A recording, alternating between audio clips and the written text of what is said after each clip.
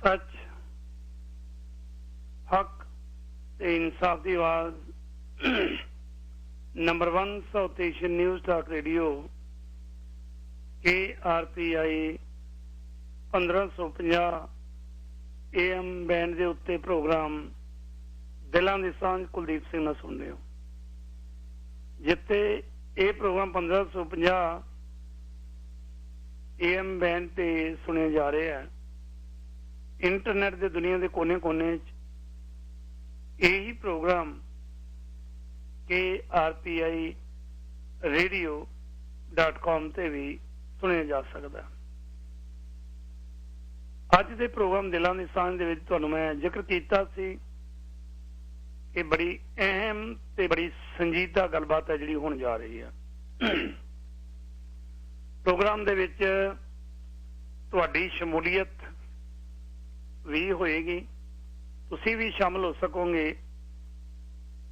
पर अज दे प्रोग्राम दिलों की सांझ दे विच मेरे नाल जिहड़े मेहमान शामिल होने जा रहे ने, पहली बारी प्रोग्राम दिलों की सांझ दे विच शामिल हो रहे ने। तो सब तो पहला उन्हां दा आपां स्वागत करते हैं प्रोग्राम दिलों की सांझ दे विच। मेहमान ने डॉक्टर ओंकार सिंह। आओ फिर उन्होंने स्वागत करते हैं। डॉक्टर ओंकार सिंह जी, प्रोग्राम दिलों की सांझ KRPI रेडियो 1550 AM बैंड ते तुहाडा बहुत बहुत स्वागत है जी। कुलदीप सिंह जी, वाहिगुरू जी का खालसा, वाहिगुरू जी की फतेह जी। डॉक्टर साहब, सब तो पहला क्योंकि प्रोग्राम दे विच तुसीं पहली बारी शामिल हो रहे हो, कुदरती गल है, दुनिया भर के जिहड़े मेरे स्रोते ने वो सुन रहे ने, वो जानना चाहते हैं थोड़ा जिहा कि डॉक्टर ओंकार सिंह कौन ने, कित्थों बिलोंग करते हैं ते की इन्हां दी मुहारत है। ये जरूर बहुते लोकां नूं थोड़ा जिहा ज्ञान होया सी कि पिछले दिनी जदों श्री गुरु ग्रंथ साहिब महाराज जी दे पावन पवित्र सरूपां बारे जिक्र होया सी, सिख बुक क्लब.com दे सरदार थमिंदर सिंह, उदों ये नाम बड़ा चर्चा दे विच आया सी। थोड़ा जिहा जानना चाहुंदे आ, तुहाडी ब्रीफ जिहड़ा बायो है तुहाडे बारे थोड़ा जिहा अपने आप दसो। हाँ जी, पहला तो मैं दिलों की सांझ प्रोग्राम के सारे श्रोतियां नूं बहुत प्यार सत्कार सहित अपनापन नाल सतगुरु जी फतेह बुला रहे हैं जी। वाहिगुरू जी का खालसा, वाहिगुरू जी की फतेह जी। सरदार कुलदीप सिंह जी नूं पिछले बहुत लंबे समय तो सुन रहे हाँ, जिस तरह ये गुरमत दी सच वाली रोशनी नूं आप सब नाल साझा करते हैं, वो बहुत ही शलाघायोग उद्यम उपराला है। मेरे बारे उन्होंने दसने वास्ते कहा है, मैं पिंड फतेहगढ़ साहब जिहड़ा बाबा जोरावर सिंह ते बाबा फतेह सिंह सच्चे पातशाह हजूर दा शहीदी अस्थान आ, उस पिंड नूं बिलोंग करदा जी। ते मेरे माता जी सारी जिंदगी टीचर रहे ने ते उन्होंने मैंने गुरमत दी गुड़ती दिती। ते मैं जदों गौरमेंट जॉब कर रहा सी तां माता जी ने प्रेर के मैनू कहा भी जॉब तो सारी जिंदगी हुंदी रहेगी बेटा, भी गुरमत दी विद्या किसी तरीके नाल मेरा जी करदा भी तैनूं मैं जरूर दवावां। ते उन्होंने मेरी गौरमेंट जॉब हटा के ते मैनू शहीद सिख मिशनरी कॉलेज जो कि श्रोमणी गुरुद्वारा प्रबंधक कमेटी वालों चलाया जाता है, उत्थे मैनू दाखला दिवाया 1969 ते 70 विच जी। उत्थे मैं 2 साल की गुरमत की विद्या प्राप्त की जी। ते उत्थे ही थोड़ा समा फिर मैनू पढ़ाउण दा भाग समा भी प्राप्त होया। प्रिंसीपल उस वेले सन principal Harbhajan Singh ji, doctor Dharmanand Singh ji teacher सन, प्रोफैसर हरभजन सिंह जी टीचर सन, ते कदी कदी प्रोफैसर साध सिंह जी दे चरनां विच बैठण दा भाग प्राप्त हुंदा सी जी। तो इन्हां विद्वान सजना दे चरनां विच बैठ के गुरमत दी विद्या लैण दा सुभाग समा प्राप्त होया जी। उस तो बाद मैं आनंदकारी तो बाद पंजाबी यूनिवर्सिटी विच आ गया जी। मेरे चंगे भाग सन कि मैनू ਡਾਕਟਰ ਬਲਕਾਰ ਸੁਨਾ ਦੀ ਅਗਵਾਈ ਦੇ ਵਿੱਚ ਗੁਰੂ ਗ੍ਰੰਥ ਸਾਹਿਬ ਵਿਭਾਗ ਵਿੱਚ ਲੰਬਾ ਸਮਾਂ ਕੰਮ ਕਰਨ ਦਾ ਸੁਭਾਗ ਹੋਇਆ। ਇੱਥੇ ਮੈਂ ਆਪਣੀ MA ਦੀ ਪੜ੍ਹਾਈ ਪੂਰੀ ਕੀਤੀ ਜੀ। ਉਸ ਤੋਂ ਬਾਅਦ ਮਾਸਟਰ ਆਫ ਫਿਲਾਸਫੀ ਦੀ ਪੜ੍ਹਾਈ ਪੂਰੀ ਕੀਤੀ ਜੀ। ਤੇ ਭਾਈ ਗੁਰਦਾਸ ਸਾਹਿਬ ਜੀ ਦੇ ਕਵਿਤ ਸਵਿਆਂ ਦੇ ਉੱਤੇ ਮੈਨੂੰ PhD ਦੀ ਡਿਗਰੀ ਪ੍ਰਾਪਤ ਕਰਨ ਦਾ ਸੁਭਾਗ ਹੋਇਆ। ਪਰ ਲੇਕਿਨ ਉਸ ਤੋਂ ਪਹਿਲਾਂ ਇਹ ਮੈਂ ਸਰੋਤਿਆਂ ਨੂੰ ਦੱਸਣਾ ਚਾਹਾਂਗਾ ਕਿ ਡਾਕਟਰ ਗੁਰਚਰਨ ਸਿੰਘ ਜੀ ਰਿਟਾਇਰ ਹੋ ਕੇ ਸਾਡੇ ਡਿਪਾਰਟਮੈਂਟ ਵਿੱਚ ਆ ਗਏ ਸੀ ਤੇ ਉਹਨਾਂ ਨੇ ਮੇਰੇ ਸਿਰ ਤੇ ਹੱਥ ਰੱਖਿਆ। ਕਹਿੰਦੇ ਬੇਟਾ ਕਵਿਤ ਸਵੀਆਂ ਉੱਤੇ ਅਜੇ ਤੱਕ ਕੋਈ ਕੰਮ ਨਹੀਂ ਹੋਇਆ ਤੇ ਬਾਜ਼ਾਰ ਵਿੱਚ ਵੀ ਕਵਿਤ ਸਵੀਏ ਜਿਹੜੇ ਨੇ ਉਹ ਖਿੰਡੇ ਪੁੰਡੇ ਰੂਪ ਵਿੱਚ ਮਿਲਦੇ ਨੇ, ਕਿਸੇ ਨੇ ਠੋਸ ਕੰਮ ਇਹਦੇ ਉੱਤੇ ਨਹੀਂ ਕੀਤਾ। ਕੀ ਤੂੰ ਕੰਮ ਕਰਨ ਨੂੰ ਤਿਆਰ ਆ? ਤੇ ਮੈਂ ਕਿਹਾ ਜੀ ਜੇ ਤੁਸੀਂ ਸਿਰ ਤੇ ਹੱਥ ਰੱਖੋਗੇ ਤਾਂ ਜ਼ਰੂਰ। ਤੇ ਉਹਨਾਂ ਨੇ ਮੈਨੂੰ ਕਵਿਤ ਸਵੀਆਂ ਦੀ ਦਾ ਕੋਸ਼, ਉਹਦਾ ਪਾਠ ਤੇ ਉਹਦੀ ਅਨੁਕਰਮਣਿਕਾ ਬਣਾਉਣ ਵਾਸਤੇ ਮੈਨੂੰ ਤਿਆਰ ਕੀਤਾ ਜੀ। ਤੇ ਮੈਂ ਸਾਰੇ ਹਿੰਦੁਸਤਾਨ ਵਿੱਚ ਜਿੱਥੇ ਜਿੱਥੇ ਵੀ ਕਿਤੇ ਭਾਈ ਗੁਰਦਾਸ ਜੀ ਦੇ ਕਵਿਤ ਸਵਈਆਂ ਦੀ ਹੱਥ ਲਿਖਤਾਂ ਪਈਆਂ ਹੋਈਆਂ ਸੀ ਉਹਨਾਂ ਨੂੰ ਵਾਚਿਆ, ਉਹਨਾਂ ਦੀ ਫੋਟੋਗ੍ਰਾਫੀ ਕੀਤੀ ਤੇ ਫੋਟੋਗ੍ਰਾਫੀ ਕਰਕੇ ਜੀ ਇੱਕ ਜਿਹੜਾ ਮੈਥਡ ਹੁੰਦਾ ਹੈ ਯੂਨੀਵਰਸਿਟੀ ਦਾ, ਵਿਸ਼ਵ ਵਿਦਿਆਲੇ ਦਾ, ਉਹਦੇ ਆਧਾਰ ਦੇ ਉੱਤੇ ਉਹਦਾ ਪਾਠ ਤਿਆਰ ਕੀਤਾ ਜੀ। ਡਿਕਸ਼ਨਰੀਆਂ ਤੋਂ ਉਹਦੀ, ਕਿਉਂਕਿ ਉਹ ਬ੍ਰਜ ਭਾਸ਼ਾ ਵਿੱਚ ਸੀ ਜੀ, ਉਹਦੀਆਂ ਅਨੁਕਰਮਣਿਕਾ ਤਿਆਰ ਕੀਤੀ ਤੇ ਉਹਦਾ ਤੁਕ ਤਖਤਰਾ ਤਿਆਰ ਕੀਤਾ। ਤੇ ਪਹਿਲੀ ਵਾਰੀ 675 ਕਵਿਤ ਸਵਈਏ ਜਿਹੜੇ ਨੇ ਸਾਰੇ ਇੱਕੋ ਜਗ੍ਹਾ ਤੇ ਇਕੱਠੇ ਕਰਕੇ ਇਹ ਸਾਰਾ ਕਾਰਜ ਹੋਇਆ ਜੀ। ਤੇ ਉਸ ਕਾਰਜ ਨੂੰ ਪੰਜਾਬੀ ਯੂਨੀਵਰਸਿਟੀ ਪਟਿਆਲਾ ਨੇ ਪੁਸਤਕ ਦੇ ਰੂਪ ਦੇ ਵਿੱਚ ਛਾਪਿਆ ਜੀ। ਤੇ ਫਿਰ ਉਸ ਤੋਂ ਬਾਅਦ ਮੈਨੂੰ 1995 ਦੇ ਵਿੱਚ ਪੱਕੇ ਤੌਰ ਤੇ ਅਮਰੀਕਾ ਵਿੱਚ ਰਹਿਣ ਦਾ ਸੁਭਾਗ ਪ੍ਰਾਪਤ ਹੋਇਆ। ਉਸ ਤੋਂ ਪਹਿਲਾਂ ਮੈਂ ਬਹੁਤ ਵਾਰੀ ਇੱਥੇ ਵਿਦਵਾਨਾਂ ਦੇ ਨਾਲ ਕਈ ਵਾਰੀ ਸੈਮੀਨਾਰਾਂ ਦੇ ਵਿੱਚ ਪੇਪਰ ਪੜ੍ਹਨ ਵਾਸਤੇ ਆਉਂਦਾ ਰਿਹਾ ਸੀ। 1975 ਦੇ ਵਿੱਚ ਅਮਰੀਕਨ ਸਿੱਖਾਂ ਨੂੰ ਪੜ੍ਹਾਉਣ ਵਾਸਤੇ ਸੱਚੇ ਪਾਤਸ਼ਾਹ ਨੇ ਮੇਰੀ ਡਿਊਟੀ ਲਾਈ ਤੇ ਉਹ ਅੱਜ ਤੱਕ ਸਾਰਾ ਕੁਝ ਚੱਲਦਾ ਪਿਆ। ਵਾਹ ਜੀ ਵਾਹ, ਜੀ ਬਹੁਤ ਖੂਬ। ਡਾਕਟਰ ਸਾਹਿਬ ਬੜਾ ਮਾਣ ਹੈ ਤੁਹਾਡੇ ਤੇ ਕਿ ਤੁਸੀਂ ਗੁਰਮਤਿ ਦੀ ਟ੍ਰੇਨਿੰਗ ਸਭ ਤੋਂ ਵੱਡੇ ਵਿਦਵਾਨ ਆਪਣੀ ਮਾਂ, ਇਸ ਤੋਂ ਵੱਡਾ ਦੁਨੀਆ ਦੇ ਵਿੱਚ ਕੋਈ ਵਿਦਵਾਨ ਨਹੀਂ, ਕੋਈ ਡਾਕਟਰ ਨਹੀਂ, ਕੋਈ ਫਿਲਾਸਫਰ ਨਹੀਂ। ਬਹੁਤ ਹੀ ਸਤਿਕਾਰਯੋਗ ਮਾਤਾ ਜੀ ਨੇ ਤੁਹਾਨੂੰ ਜਿਹੜੀ ਗੁਰਤੀ ਦਿੱਤੀ ਔਰ ਗੁਰਮਤਿ ਵਾਲੇ ਪਾਸੇ ਲਾਇਆ। ਤੁਸੀਂ ਨਹੀਂ ਬਲਕਿ ਸਾਰੇ ਭਰਾ ਹੀ ਇੱਧਰ ਨੂੰ ਤੁਰੇ, ਸਾਰਾ ਪਰਿਵਾਰ ਹੀ ਇੱਧਰ ਨੂੰ ਤੁਰਿਆ। ਪਰਿਵਾਰਕ ਪਿਛੋਕੜ ਬਾਰੇ ਸਾਰੀ ਜਾਣਕਾਰੀ ਤੁਸੀਂ ਦਿੱਤੀ ਹੈ। ਥੋੜਾ ਜਿਹਾ ਹੁਣ ਜਾਣਨਾ ਚਾਹੁੰਦੇ ਹਾਂ ਕਿ ਤੁਹਾਡੇ ਪਿਛਲੇ ਮਹੀਨੇ ਦੀ 3 ਤਰੀਕ ਇੱਕ ਚਿੱਠੀ ਕੱਢੀ ਗਈ ਸੀ ਸ਼੍ਰੀ ਅਕਾਲ ਤਖਤ ਸਾਹਿਬ ਵੱਲੋਂ। ਅਕਾਲ ਤਖਤ ਸਾਹਿਬ ਵੱਲੋਂ ਮੇਰੇ ਕੋਲ ਬੜੀਆਂ ਤਸਵੀਰਾਂ ਮੌਜੂਦ ਨੇ ਜਦੋਂ ਤੁਹਾਨੂੰ ਸਨਮਾਨਿਤ ਕੀਤਾ ਗਿਆ ਤੁਹਾਡੀ ਕਿਤਾਬ ਪਿੱਛੇ। ਕਿਹੜੀ ਕਿਤਾਬ ਕਰਕੇ ਜਦੋਂ ਤੁਸੀਂ ਅਕਾਲ ਤਖਤ ਸਾਹਿਬ ਦੇ ਜਥੇਦਾਰ ਨੂੰ ਉਹ ਕਿਤਾਬ ਭੇਂਟ ਕਰ ਰਹੇ ਸੀ, ਬਕਾਇਦਾ ਤਸਵੀਰਾਂ, ਤੁਹਾਨੂੰ ਸਰੂਪਾ ਵੀ ਦਿੱਤਾ ਗਿਆ। ਉਹ ਥੋੜਾ ਜਿਹਾ ਦੱਸਿਓ ਕਿ ਕਦੋਂ ਦਾ ਸਮਾਂ ਸੀ ਤੇ ਕਿਹੜੀ ਕਿਤਾਬ ਸੀ? ਹਾਂਜੀ ਬਿਲਕੁਲ ਜੀ, ਮੈਂ ਥੋੜਾ ਜਿਹਾ ਪਿਛਲੀ ਗੱਲ ਨੂੰ ਹੀ ਅੱਗੇ ਤੋਰਨਾ ਚਾਹਾਂਗਾ ਜੀ। ਵੀ ਅਮਰੀਕਾ ਆ ਕੇ ਕੁਝ ਸਮੇਂ ਬਾਅਦ ਸੱਚੇ ਪਾਤਸ਼ਾਹ ਹਜ਼ੂਰ ਨੇ ਮੇਰੇ ਮਨ ਵਿੱਚ ਇਹ ਫੁਰਨਾ ਪਾਇਆ ਕਿ ਕਿਉਂਕਿ ਮੈਂ ਇੱਥੇ ਅਮਰੀਕਨ ਸਿੱਖਾਂ ਨੂੰ ਪੜ੍ਹਾਉਂਦਾ ਸੀ ਤੇ ਉਸ ਦੇ ਨਾਲ ਹੋਰ ਵੀ ਪੰਜਾਬੀ ਜਿਹੜੇ ਪਰਿਵਾਰ ਵਸਦੇ ਨੇ ਉਹਨਾਂ ਦੇ ਬੱਚਿਆਂ ਨੂੰ ਵੀ ਗੁਰਮਤਿ ਦੇ ਨਾਲ ਜੋੜਨ ਦਾ ਉਦਮ ਉਪਰਾਲਾ ਸਤਿਗੁਰੂ ਸੱਚੇ ਪਾਤਸ਼ਾਹ ਕਰਵਾ ਰਹੇ ਸਨ। ਤੇ ਉਦੋਂ ਹੀ ਮਨ ਵਿੱਚ ਆਇਆ ਕਿ ਗੁਰੂ ਗ੍ਰੰਥ ਸਾਹਿਬ ਜੀ ਦਾ ਟੀਕਾ ਜਿਹੜਾ ਹੈ ਉਹ ਕੁਛ ਵੱਖਰੇ ਤਰੀਕੇ ਨਾਲ ਸ਼ੁਰੂ ਕੀਤਾ ਜਾਵੇ ਤੇ ਨਾਲ ਹੀ ਉਹਨਾਂ ਦੀ ਭਾਸ਼ਾ ਵਿੱਚ, ਅੰਗਰੇਜ਼ੀ ਵਿੱਚ ਇਹਦਾ ਜਿਹੜਾ ਉਚਾਰਨ ਆ ਗੁਰੂ ਗ੍ਰੰਥ ਸਾਹਿਬ ਨੂੰ ਆਪਾਂ ਕਿਵੇਂ ਉਚਾਰਨਾ ਹੈ ਉਹ ਵੀ ਨਾਲ ਆਰੰਭਿਆ ਜਾਵੇ। ਤੇ ਇਹ ਕਾਰਜ ਜਿਹੜੇ ਨੇ ਮੈਂ ਇੱਥੇ ਆ ਕੇ 2000 ਜੇ ਮੈਨੂੰ ਲਗਭਗ 5 ਦੇ ਵਿੱਚ ਮੈਂ ਇਹ ਕਾਰਜ ਜਿਹੜਾ ਹੈ ਉਹ ਆਰੰਭ ਕੀਤਾ। ਹੁਣ ਤੁਸੀਂ ਗੱਲ ਕਰ ਰਹੇ ਸੀਗੇ ਵੀ ਜਥੇਦਾਰ ਸਾਹਿਬ ਨਾਲ ਕਿਵੇਂ ਮਤਲਬ ਉਹਨਾਂ ਨੇ ਮੇਰੀ ਕਿਤਾਬ ਰਿਲੀਜ਼ ਕੀਤੀ ਤੇ ਕੀ ਉਹ ਸਾਰੀ ਗੱਲਬਾਤ ਹੋਈ ਜੀ। ਸੰਖੇਪ ਵਿੱਚ ਮੈਂ ਦੱਸ ਦੇਣਾ ਜੀ, ਉਸ ਤੋਂ ਬਾਅਦ ਫਿਰ ਆਪਾਂ ਕੁਝ ਪਿਛੋਕੜ ਵਿੱਚ ਚੱਲਾਂਗੇ ਵੀ ਸਾਰੀ ਕਹਾਣੀ ਜਿਹੜੀ ਆ ਕਿੱਥੋਂ ਸ਼ੁਰੂ ਹੋਈ ਤੇ ਕੀ ਹੋਇਆ ਜੀ।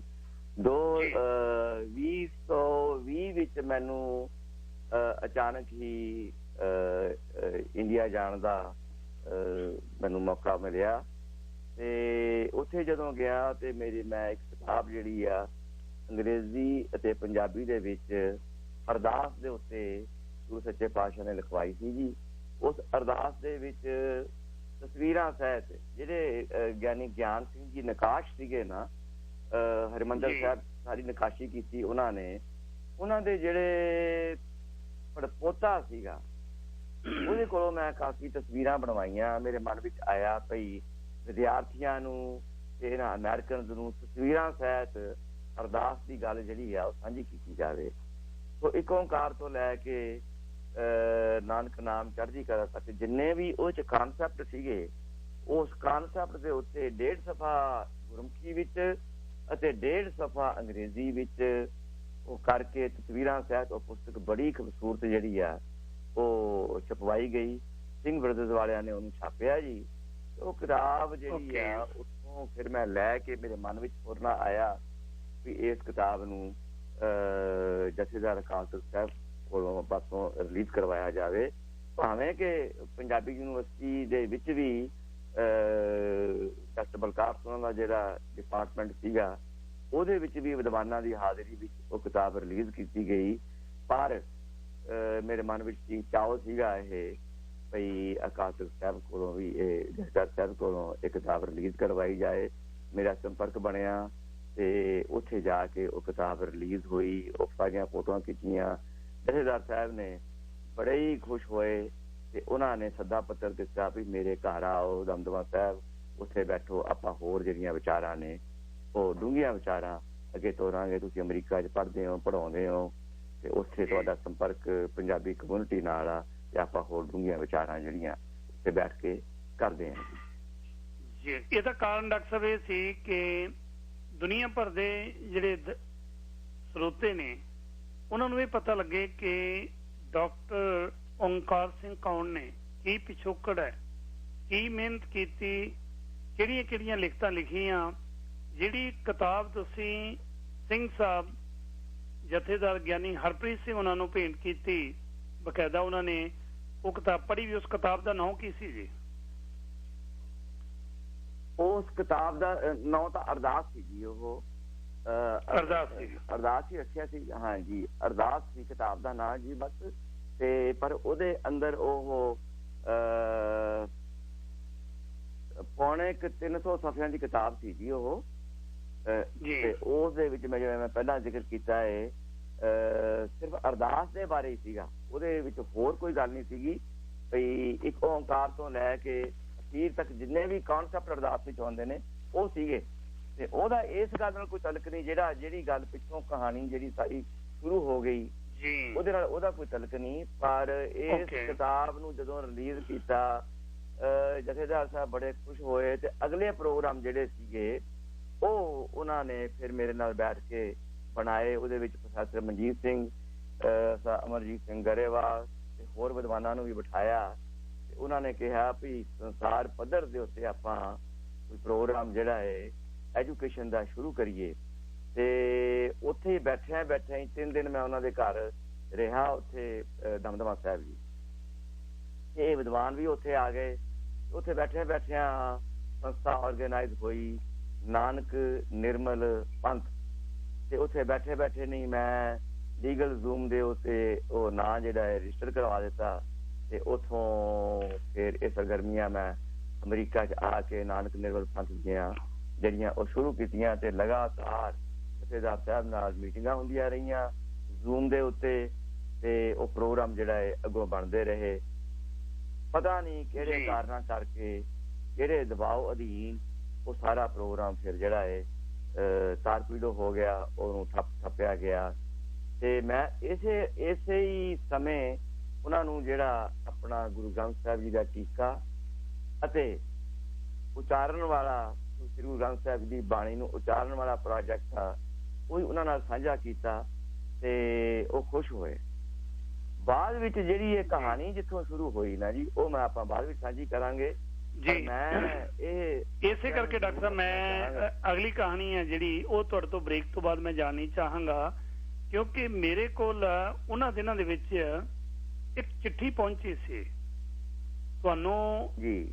ਮੈਂ ਜਦੋਂ ਖੰਗਾਲ ਰਿਹਾ ਸੀ ਅਕਾਲ ਤਖਤ ਸਾਹਿਬ ਤੋਂ ਆਏ ਹੁਕਮਨਾਮਿਆਂ ਨੂੰ, ਤੇ ਮੇਰਾ ਖਿਆਲ ਹੈ ਇੱਕ 10ਵੇਂ ਮਹੀਨੇ ਦੇ ਵਿੱਚ ਚਿੱਠੀ ਤੁਹਾਨੂੰ ਇੱਕ 10ਵੇਂ ਮਹੀਨੇ ਚ ਅਕਾਲ ਤਖਤ ਸਾਹਿਬ ਤੋਂ ਆਈ, ਦੂਜੀ ਚਿੱਠੀ ਸ਼ਾਇਦ ਚੌਥੇ ਜਾਂ 5ਵੇਂ ਮਹੀਨੇ ਦੇ ਵਿੱਚ 3 ਮਈ ਨੂੰ ਚਿੱਠੀ ਆਈ ਇੱਕ। ਉਹ ਚਿੱਠੀਆਂ ਦਾ ਕਾਰਨ ਕੀ ਸੀ ਜੀ ਡਾਕਟਰ ਸਾਹਿਬ? ਜਾਣਨਾ ਚਾਹੁੰਦੇ ਆ ਕਿ ਜਿਹੜੇ 2 ਚਿੱਠੀਆਂ ਤੁਹਾਨੂੰ ਅਕਾਲ ਤਖਤ ਸਾਹਿਬ ਤੋਂ ਆਈਆਂ ਉਹਦਾ ਜ਼ਿਕਰ ਕਰਿਓ ਥੋੜਾ ਜਿਹਾ ਕਿ ਉਹਦਾ ਮਕਸਦ ਕੀ ਸੀ। 2021 ਦੇ ਵਿੱਚ ਪਹਿਲੀ ਚਿੱਠੀ ਤੁਹਾਨੂੰ 10ਵੇਂ ਮਹੀਨੇ ਚ ਆਈ ਸੀ, ਉਹਦੇ ਬਾਰੇ ਥੋੜੀ ਜਿਹੀ ਜਾਣਕਾਰੀ ਦਿਓ ਜੀ।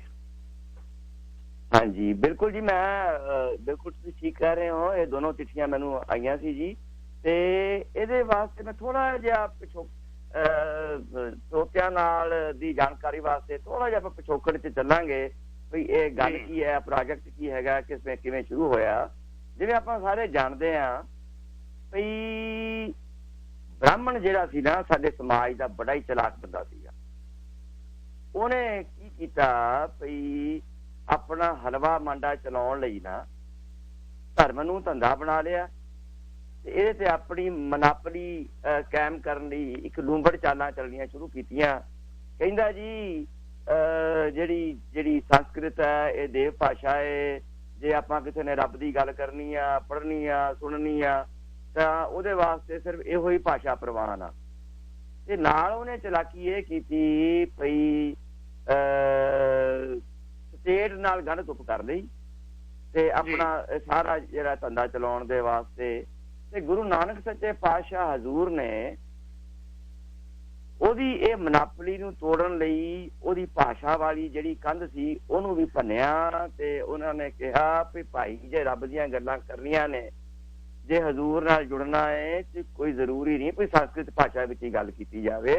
ਆਪਾਂ ਜਿਹੜੀ ਤੁਸੀਂ ਬੋਲੀ ਬੋਲਦੇ ਹੋ, ਜਿਹਦੇ ਵਿੱਚ ਤੁਸੀਂ ਆਪਣੀਆਂ ਗੱਲਾਂ ਬਾਤਾਂ ਕਰਦੇ ਹੋ, ਪਰਿਵਾਰ ਨਾਲ ਗੱਲਾਂ ਬਾਤਾਂ ਕਰਦੇ ਹੋ, ਇੱਕ ਦੂਜੇ ਨਾਲ ਗੱਲਾਂ ਬਾਤਾਂ ਕਰਦੇ ਹੋ, ਰੱਬ ਦੀਆਂ ਗੱਲਾਂ ਵੀ ਆਪਾਂ ਉਹਦੇ ਚ ਹੀ ਕਰ ਸਕਦੇ ਹਾਂ। ਤੇ ਸੱਚੇ ਪਾਤਸ਼ਾਹ ਨੂੰ ਜਿਹੜਾ ਵੀ ਰੱਬੀ ਗਿਆਨ ਦੀਆਂ ਗੱਲਾਂ ਕਰਨ ਵਾਸਤੇ ਬਾਣੀ ਅਵਿਤਰਿਤ ਹੁੰਦੀ ਸੀਗੀ, ਅਕਾਲ ਪੁਰਖ ਵੱਲੋਂ ਆਉਂਦੀ ਸੀ, ਉਹਨਾਂ ਨੇ ਉਸ ਬਾਣੀ ਨੂੰ ਇਸੇ ਭਾਸ਼ਾ ਵਿੱਚ ਲਿਖਣਾ ਆਰੰਭ ਕੀਤਾ ਤੇ ਇਸੇ ਭਾਸ਼ਾ ਵਿੱਚ ਹੀ ਲੋਕਾਂ ਨਾਲ ਰੱਬ ਦੀਆਂ ਗੱਲਾਂ ਪਾਉਣੀਆਂ ਸ਼ੁਰੂ ਕੀਤਾ। ਗੁਰੂ ਅੰਗਦ ਦੇਵ ਸੱਚੇ ਪਾਤਸ਼ਾਹ ਹਜ਼ੂਰ ਨੇ ਇਸ ਗੁਰਮੁਖੀ ਭਾਸ਼ਾ ਨੂੰ ਸੰਵਾਰਿਆ, ਸ਼ਿੰਗਾਰਿਆ, ਉਹਨੂੰ ਇੱਕ ਬਹੁਤ ਤਰਤੀਬ ਦਿੱਤੀ, ਤੇ ਬਾਕੀ ਗੁਰੂ ਸਾਹਿਬਾਨ ਨੇ ਵੀ ਫਿਰ ਇਸੇ ਹੀ ਭਾਸ਼ਾ ਦੇ ਵਿੱਚ ਆਪਣੀ ਬਾਣੀ ਜਿਹੜੀ ਆ ਉਹ ਦਰਜ ਕੀਤੀ। ਇੱਥੋਂ ਤੱਕ ਕਿ ਜਿਹੜੀ ਭਗਤਾਂ ਦੀ ਬਾਣੀ ਸੀ ਨਾ, ਜਿਹੜੀਆਂ ਵੱਖ-ਵੱਖ ਭਾਸ਼ਾਵਾਂ ਵਿੱਚ ਕਬੀਰ ਜੀ ਦੀ, ਨਾਮਦੇਵ ਜੀ ਦੀ, ਜੈਦੇਵ ਜੀ ਦੇ ਪਦੇ ਸੀਗੇ, ਸਾਰਾ ਕੁਛ ਜਿਹੜਾ ਸੀਗਾ ਉਹਦਾ ਵੀ ਲਿਪੀਅੰਤਰਣ ਕਰਕੇ ਉਹਨੂੰ ਗੁਰਮੁਖੀ ਵਿੱਚ ਕਨਵਰਟ ਕਰਕੇ ਹੀ ਗੁਰੂ ਗ੍ਰੰਥ ਸਾਹਿਬ ਵਿੱਚ ਉਹਨੂੰ ਦਰਜ ਕੀਤਾ। ਚਲੋ, ਤੇ ਜਦੋਂ ਪੰਚਮ ਪਾਤਸ਼ਾਹ ਹਜ਼ੂਰ ਨੇ ਫਿਰ ਇਹ ਸਾਰੀ ਬਾਣੀ ਨੂੰ ਗੁਰਬਾਣੀ ਆਪਣਾ ਗੁਰੂ ਗ੍ਰੰਥ ਸਾਹਿਬ ਵਿੱਚ ਦਰਜ ਕਰਨ ਦਾ ਕਾਰਜ ਆਰੰਭਿਆ, ਤੇ ਜਿਹੜੇ ਉਸ ਵੇਲੇ ਦੇ ਬਹੁਤ ਸਥਾਪਿਤ ਵਿਦਵਾਨ ਸੀਗੇ ਭਾਈ ਸਾਹਿਬ ਭਾਈ ਗੁਰਦਾਸ ਜੀ, ਉਹਨਾਂ ਨੂੰ ਸੱਦਾ ਦਿੱਤਾ ਤੇ ਰਾਮਸਰ ਸਾਹਿਬ ਦੇ ਅਸਥਾਨ ਤੇ ਬੈਠ ਕੇ, ਜਿਵੇਂ ਆਪਾਂ ਸਾਰੇ ਜਾਣਦੇ ਹਾਂ, 4 ਸਾਲ ਭਾਰੀ ਸਿਕਿਉਰਿਟੀ ਆਲੇ ਦੁਆਲੇ ਕਰਕੇ ਤੇ ਸਾਰੀ ਬਾਣੀ ਇਕੱਤਰ ਕਰਕੇ, ਜਿਹੜੀ ਕਿ ਉਹਨਾਂ ਕੋਲ ਪਹਿਲਾਂ ਹੀ ਮੌਜੂਦ ਸੀਗੀ, ਪਿਛਲੇ ਗੁਰੂਆਂ ਵੱਲੋਂ ਉਹਨਾਂ ਨੂੰ ਸੌਂਪੀ ਹੋਈ ਸੀਗੀ, ਉਹਦੀ ਸੰਪਾਦਨਾ ਆਰੰਭ ਕੀਤੀ। ਤੇ ਉਹਦੇ ਵਿੱਚ ਉਹਨਾਂ ਨੇ ਇੱਕ ਨਿਵੇਕਲੀ ਜਿਹੜੀ ਗੱਲ, ਸਾਰੀ ਤਰਤੀਬ ਦੇ ਵਿੱਚ ਇੱਕ ਨਿਵੇਕਲੀ ਗੱਲ ਜਿਹੜੀ ਸੀ ਉਹ ਇਹ ਸੀ ਕਿ ਗੁਰਬਾਣੀ ਨੂੰ ਦਰਜ ਕਰਨ ਦੇ ਵਾਸਤੇ ਉਹਨਾਂ ਨੇ ਇੱਕ ਗੁਰਬਾਣੀ ਵਿਆਕਰਨ ਜਿਹੜੀ ਆ ਭਾਈ ਸਾਹਿਬ ਨਾਲ ਸਾਰਾ ਸਲਾਹ ਮਸ਼ਵਰਾ ਕਰਕੇ ਉਹ ਗੁਰਬਾਣੀ ਵਿਆਕਰਨ ਸਥਾਪਿਤ ਕੀਤੀ। ਕੋਈ ਆਪਾਂ ਅੱਗੇ ਜਾ ਕੇ ਗੱਲ ਕਰਾਂਗੇ। ਹਾਂਜੀ, ਉਹ ਗੁਰਬਾਣੀ ਸਥਾਪਿਤ ਕੀਤੀ, ਜੇ ਆਪਣਾ ਜਿਹੜੀ ਗੁਰਬਾਣੀ ਵਿਆਕਰਨ ਸਥਾਪਿਤ ਕੀਤੀ ਉਹ ਪੰਜਾਬੀ ਵਿਆਕਰਨ ਨਾਲੋਂ ਵੱਖਰੀ ਸੀ। ਓਕੇ। ਤੇ ਉਹਦੇ ਵਿੱਚ ਸਿਹਾਰੀਆਂ ਬਿਹਾਰੀਆਂ ਔਂਕੜ ਜਿਹੜੇ ਸੱਚੇ ਪਾਤਸ਼ਾਹ ਹਜ਼ੂਰ ਨੇ ਲਾਏ, ਉਹਨਾਂ ਦਾ ਬਹੁਤ ਸਾਰੇ ਇਹ ਜਿਹੜੀਆਂ ਮਾਤਰਾਵਾਂ ਸੀਗੀਆਂ ਉਚਾਰਨ ਵਾਸਤੇ ਨਹੀਂ ਸੀਗੀਆਂ। ਐਸੀ ਵਿਗਿਆਨਕ ਤਰਤੀਬ ਸੱਚੇ ਪਾਤਸ਼ਾਹ ਹਜ਼ੂਰ ਨੇ ਬਣਾਈ ਵੀ ਬਾ ਕਮਾਲ ਸੀ, ਉਹਨੂੰ ਬਾਰੰਬਾਰ ਨਮਸਕਾਰ ਕਰਨ ਨੂੰ ਜੀ ਕਰਦਾ ਹੈ। ਫਾਰ ਐਗਜ਼ਾਮਪਲ ਜਿਵੇਂ ਮੈਂ ਤੁਹਾਨੂੰ ਦੱਸਦਾ ਵਾਂ, ਆਪਾਂ ਗੱਲ ਕਰਦੇ ਹਾਂ ਵੀ ਇੱਕ ਲਫ਼ਜ਼ ਜਪਜੀ ਸਾਹਿਬ ਦੇ ਵਿੱਚ ਆਉਂਦਾ ਹੈ, ਆਪਾਂ ਸਾਰੇ ਰੋਜ਼ ਜਪਜੀ ਸਾਹਿਬ ਦਾ ਪਾਠ ਕਰਦੇ ਹਾਂ, ਹੁਕਮ ਲਫ਼ਜ਼ ਆਉਂਦਾ ਹੈ ਜੀ। ਹੁਕਮ ਹੁਣ ਪਹਿਲਾ ਇੱਕ ਵਾਰੀ ਹੁਕਮ ਆਉਂਦਾ ਹੈ ਆਏ ਨੂੰ ਔਂਕੜ ਕੱਕਾ ਤੇ ਮਮਾ ਮੁਕਤਾ ਜੀ। ਦੂਸਰੀ ਵਾਰੀ ਇਹੋ ਹੀ ਲਫ਼ਜ਼ ਆਉਂਦਾ ਹੈ ਆਏ ਨੂੰ ਔਂਕੜ ਕੱਕਾ ਤੇ ਮਮੇ ਨੂੰ ਔਂਕੜ। ਤੀਸਰੀ ਵਾਰੀ ਇਹੀ ਲਫ਼ਜ਼ ਆਉਂਦਾ ਹੈ ਆਏ ਨੂੰ ਔਂਕੜ ਕੱਕਾ ਤੇ ਮਮੇ ਨੂੰ ਸਿਹਾਰੀ। ਹੁਣ ਖੂਬਸੂਰਤੀ ਇਹ ਆ ਵੀ ਆਪਾਂ ਸਾਰੇ ਜਪਜੀ ਸਾਹਿਬ ਦਾ ਪਾਠ ਕਰਦੇ ਹਾਂ, ਉਚਾਰਨ ਆਪਾਂ ਹੁਕਮ ਹੀ ਕਰਦੇ ਹਾਂ, ਪਰ ਜਦੋਂ ਉਹ ਅਰਥ ਕਰਦੇ ਹਾਂ ਉਹਦੇ ਫਿਰ ਅਰਥ ਜਿਹੜਾ ਹੁਕਮ ਮੁਕਤੇ ਵਾਲੇ ਮਮੇ ਉਹ ਮੁਕਤੇ ਵਾਲਾ ਹੈ, ਉਹ ਬਹੁਵਚਨ ਬਣ ਗਿਆ। ਜਿਹੜਾ ਔਂਕੜ ਵਾਲਾ ਹੈ ਉਹ ਇੱਕ ਵਚਨ ਬਣ ਗਿਆ, ਤੇ ਜਿਹੜਾ ਮਮੇ ਨੂੰ ਸਿਹਾਰੀ ਵਾਲਾ ਹੈ ਉਹਦਾ ਮਤਲਬ ਹੁਕਮ ਦੁਆਰਾ ਇਹ ਗੱਲ ਜਿਹੜੀ ਆ ਕੀਤੀ ਜਾ ਰਹੀ ਹੈ। ਇਸ ਤਰ੍ਹਾਂ ਇਹ ਅਦਭੁਤ ਜਿਹੜੀ ਅਸਤਰਜ ਜਿਹੜੀ ਉਹਨਾਂ ਨੇ ਗ੍ਰਾਮਰ ਬਣਾਈ, ਉਹਦੇ ਅਨੁਸਾਰ ਸਾਰੀ ਬਾਣੀ, ਈਵਨ ਭਗਤਾਂ ਦੀ ਬਾਣੀ ਵੀ, ਦੂਸਰੇ ਮਹਾਂਪੁਰਸ਼ਾਂ ਦੀ ਬਾਣੀ ਵੀ ਇਸੇ ਵਿਆਕਰਨ ਦੇ ਅਨੁਸਾਰ ਉਹਨਾਂ ਨੇ ਗੁਰੂ ਗ੍ਰੰਥ ਸਾਹਿਬ ਵਿੱਚ ਦਰਜ ਕੀਤੀ। ਹੁਣ ਗੱਲ ਜਿਹੜੀ ਅੱਗੋਂ ਤੁਰਦੀ ਆ ਉਹ ਇਹ ਸੀ ਵੀ ਮੇਰੇ ਮਨ ਵਿੱਚ ਆਇਆ ਵੀ ਹਰ ਇੱਕ ਬੰਦਾ ਹੁਣ ਅੱਜ ਦੇ ਜ਼ਮਾਨੇ ਵਿੱਚ ਟਕਸਾਲ ਵਿੱਚ ਜਾ ਕੇ ਜਾਂ ਕਿਸੇ ਮਿਸ਼ਨਰੀ ਕਾਲਜ ਵਿੱਚ ਪੜ੍ਹ ਕੇ ਜਾਂ ਕਿਸੇ ਹੋਰ ਸੰਸਥਾ ਵਿੱਚ ਪੜ੍ਹ ਕੇ ਤਾਂ ਇਸ ਗੱਲਾਂ ਦੀ ਜਾਣਕਾਰੀ ਪ੍ਰਾਪਤ ਕਰਨੀ ਬੜੀ ਮੁਸ਼ਕਲ ਆ। ਤੇ ਖਾਸ ਤੌਰ ਤੇ ਵਿਦੇਸ਼ਾਂ ਵਿੱਚ ਰਹਿੰਦੇ ਆ, ਜਿੱਥੇ ਲੋਕੀ ਇੰਨੇ ਕਾਰੋਬਾਰਾਂ ਵਿੱਚ ਰੁੱਝੇ ਹੋਏ ਨੇ, ਜ਼ਿੰਦਗੀ ਇੰਨੀ ਤੇਜ਼ ਆ, ਇੰਨੀ ਰੁਝੇਵਿਆਂ ਭਰੀ ਆ, ਵਿਦਿਆਰਥੀਆਂ ਕੋਲ ਵੀ ਟਾਈਮ ਨਹੀਂ, ਅਡਲਟਸ ਕੋਲ ਵੀ ਟਾਈਮ ਨਹੀਂ, ਵਿਦੇਸ਼ੀ ਸਿੱਖਾਂ ਕੋਲ ਵੀ ਟਾਈਮ ਨਹੀਂ, ਅਮਰੀਕਨ ਵਗੈਰਾ ਕੋਲ। ਇਹ ਗੱਲ ਇਹ ਜਿਹੜੀ ਅਦਭੁਤ ਗੱਲ ਨੇ ਸੱਚੇ ਪਾਤਸ਼ਾਹ ਹਜ਼ੂਰ ਦੀ, ਉਹਨਾਂ ਨਾਲ ਕਿਵੇਂ ਸਾਂਝੀ ਕੀਤੀ ਜਾਵੇ ਤਾਂ ਕਿਵੇਂ ਸੁਖੈਨ ਤਰੀਕੇ ਨਾਲ ਉਹ ਗੁਰੂ ਗ੍ਰੰਥ ਸਾਹਿਬ ਜੀ ਦਾ ਪਾਠ ਵਿਚਾਰ ਸਮਝ ਸਕਣ ਤੇ ਉਹਦੀ ਸੰਖਿਆ ਜਿਹੜੀ ਆ ਉਹ ਘਰ ਬੈਠਿਆਂ ਆਪਣੇ ਆਪ ਹੀ ਲੈ ਸਕਣ। ਇਹਦੇ ਵਿੱਚੋਂ ਇਹ ਜਿਹੜੇ ਮੇਰੇ ਅਗਲੇ ਮੈਂ ਜਿਹਦੇ ਗੱਲ ਕਰ ਰਿਹਾ ਉਹ ਦੋ ਪ੍ਰੈਕਟ ਜਿਹੜੇ ਨੇ ਉਹ ਸਾਹਮਣੇ ਆਏ, ਗੁਰੂ ਗ੍ਰੰਥ ਸਾਹਿਬ ਜੀ ਦਾ ਟੀਕਾ ਅਤੇ ਹਿੰਦੀ, ਪੰਜਾਬੀ ਤੇ ਅੰਗਰੇਜ਼ੀ ਵਿੱਚ ਧੰਨ ਗੁਰੂ ਗ੍ਰੰਥ ਸਾਹਿਬ ਜੀ ਦਾ ਉਚਾਰਨ ਕਿਵੇਂ ਕੀਤਾ ਜਾਵੇ। ਇਹ ਪ੍ਰੋਜੈਕਟ ਜਿਹੜੇ ਨੇ ਆਰੰਭ ਹੋਏ। ਹਿੰਦੀ, ਪੰਜਾਬੀ ਤੇ ਅੰਗਰੇਜ਼ੀ ਦੇ ਵਿੱਚ ਉਚਾਰਨ ਤੇ ਗੁਰਬਾਣੀ ਦੀ ਵਿਆਕਰਨ। ਗੁਰਬਾਣੀ ਦਾ ਉਚਾਰਨ ਇੱਕ ਪ੍ਰੋਜੈਕਟ ਬਣਿਆ ਜੀ, ਤੇ ਗੁਰੂ ਗ੍ਰੰਥ ਸਾਹਿਬ ਦਾ ਟੀਕਾ ਇੱਕ ਪ੍ਰੋਜੈਕਟ ਬਣਿਆ ਜੀ। ਦੋ ਪ੍ਰੋਜੈਕਟ ਜਿਹੜੇ ਨੇ ਇਹ ਨਾਲੋਂ ਨਾਲ ਸ਼ੁਰੂ ਕੀਤੇ ਗਏ ਜੀ।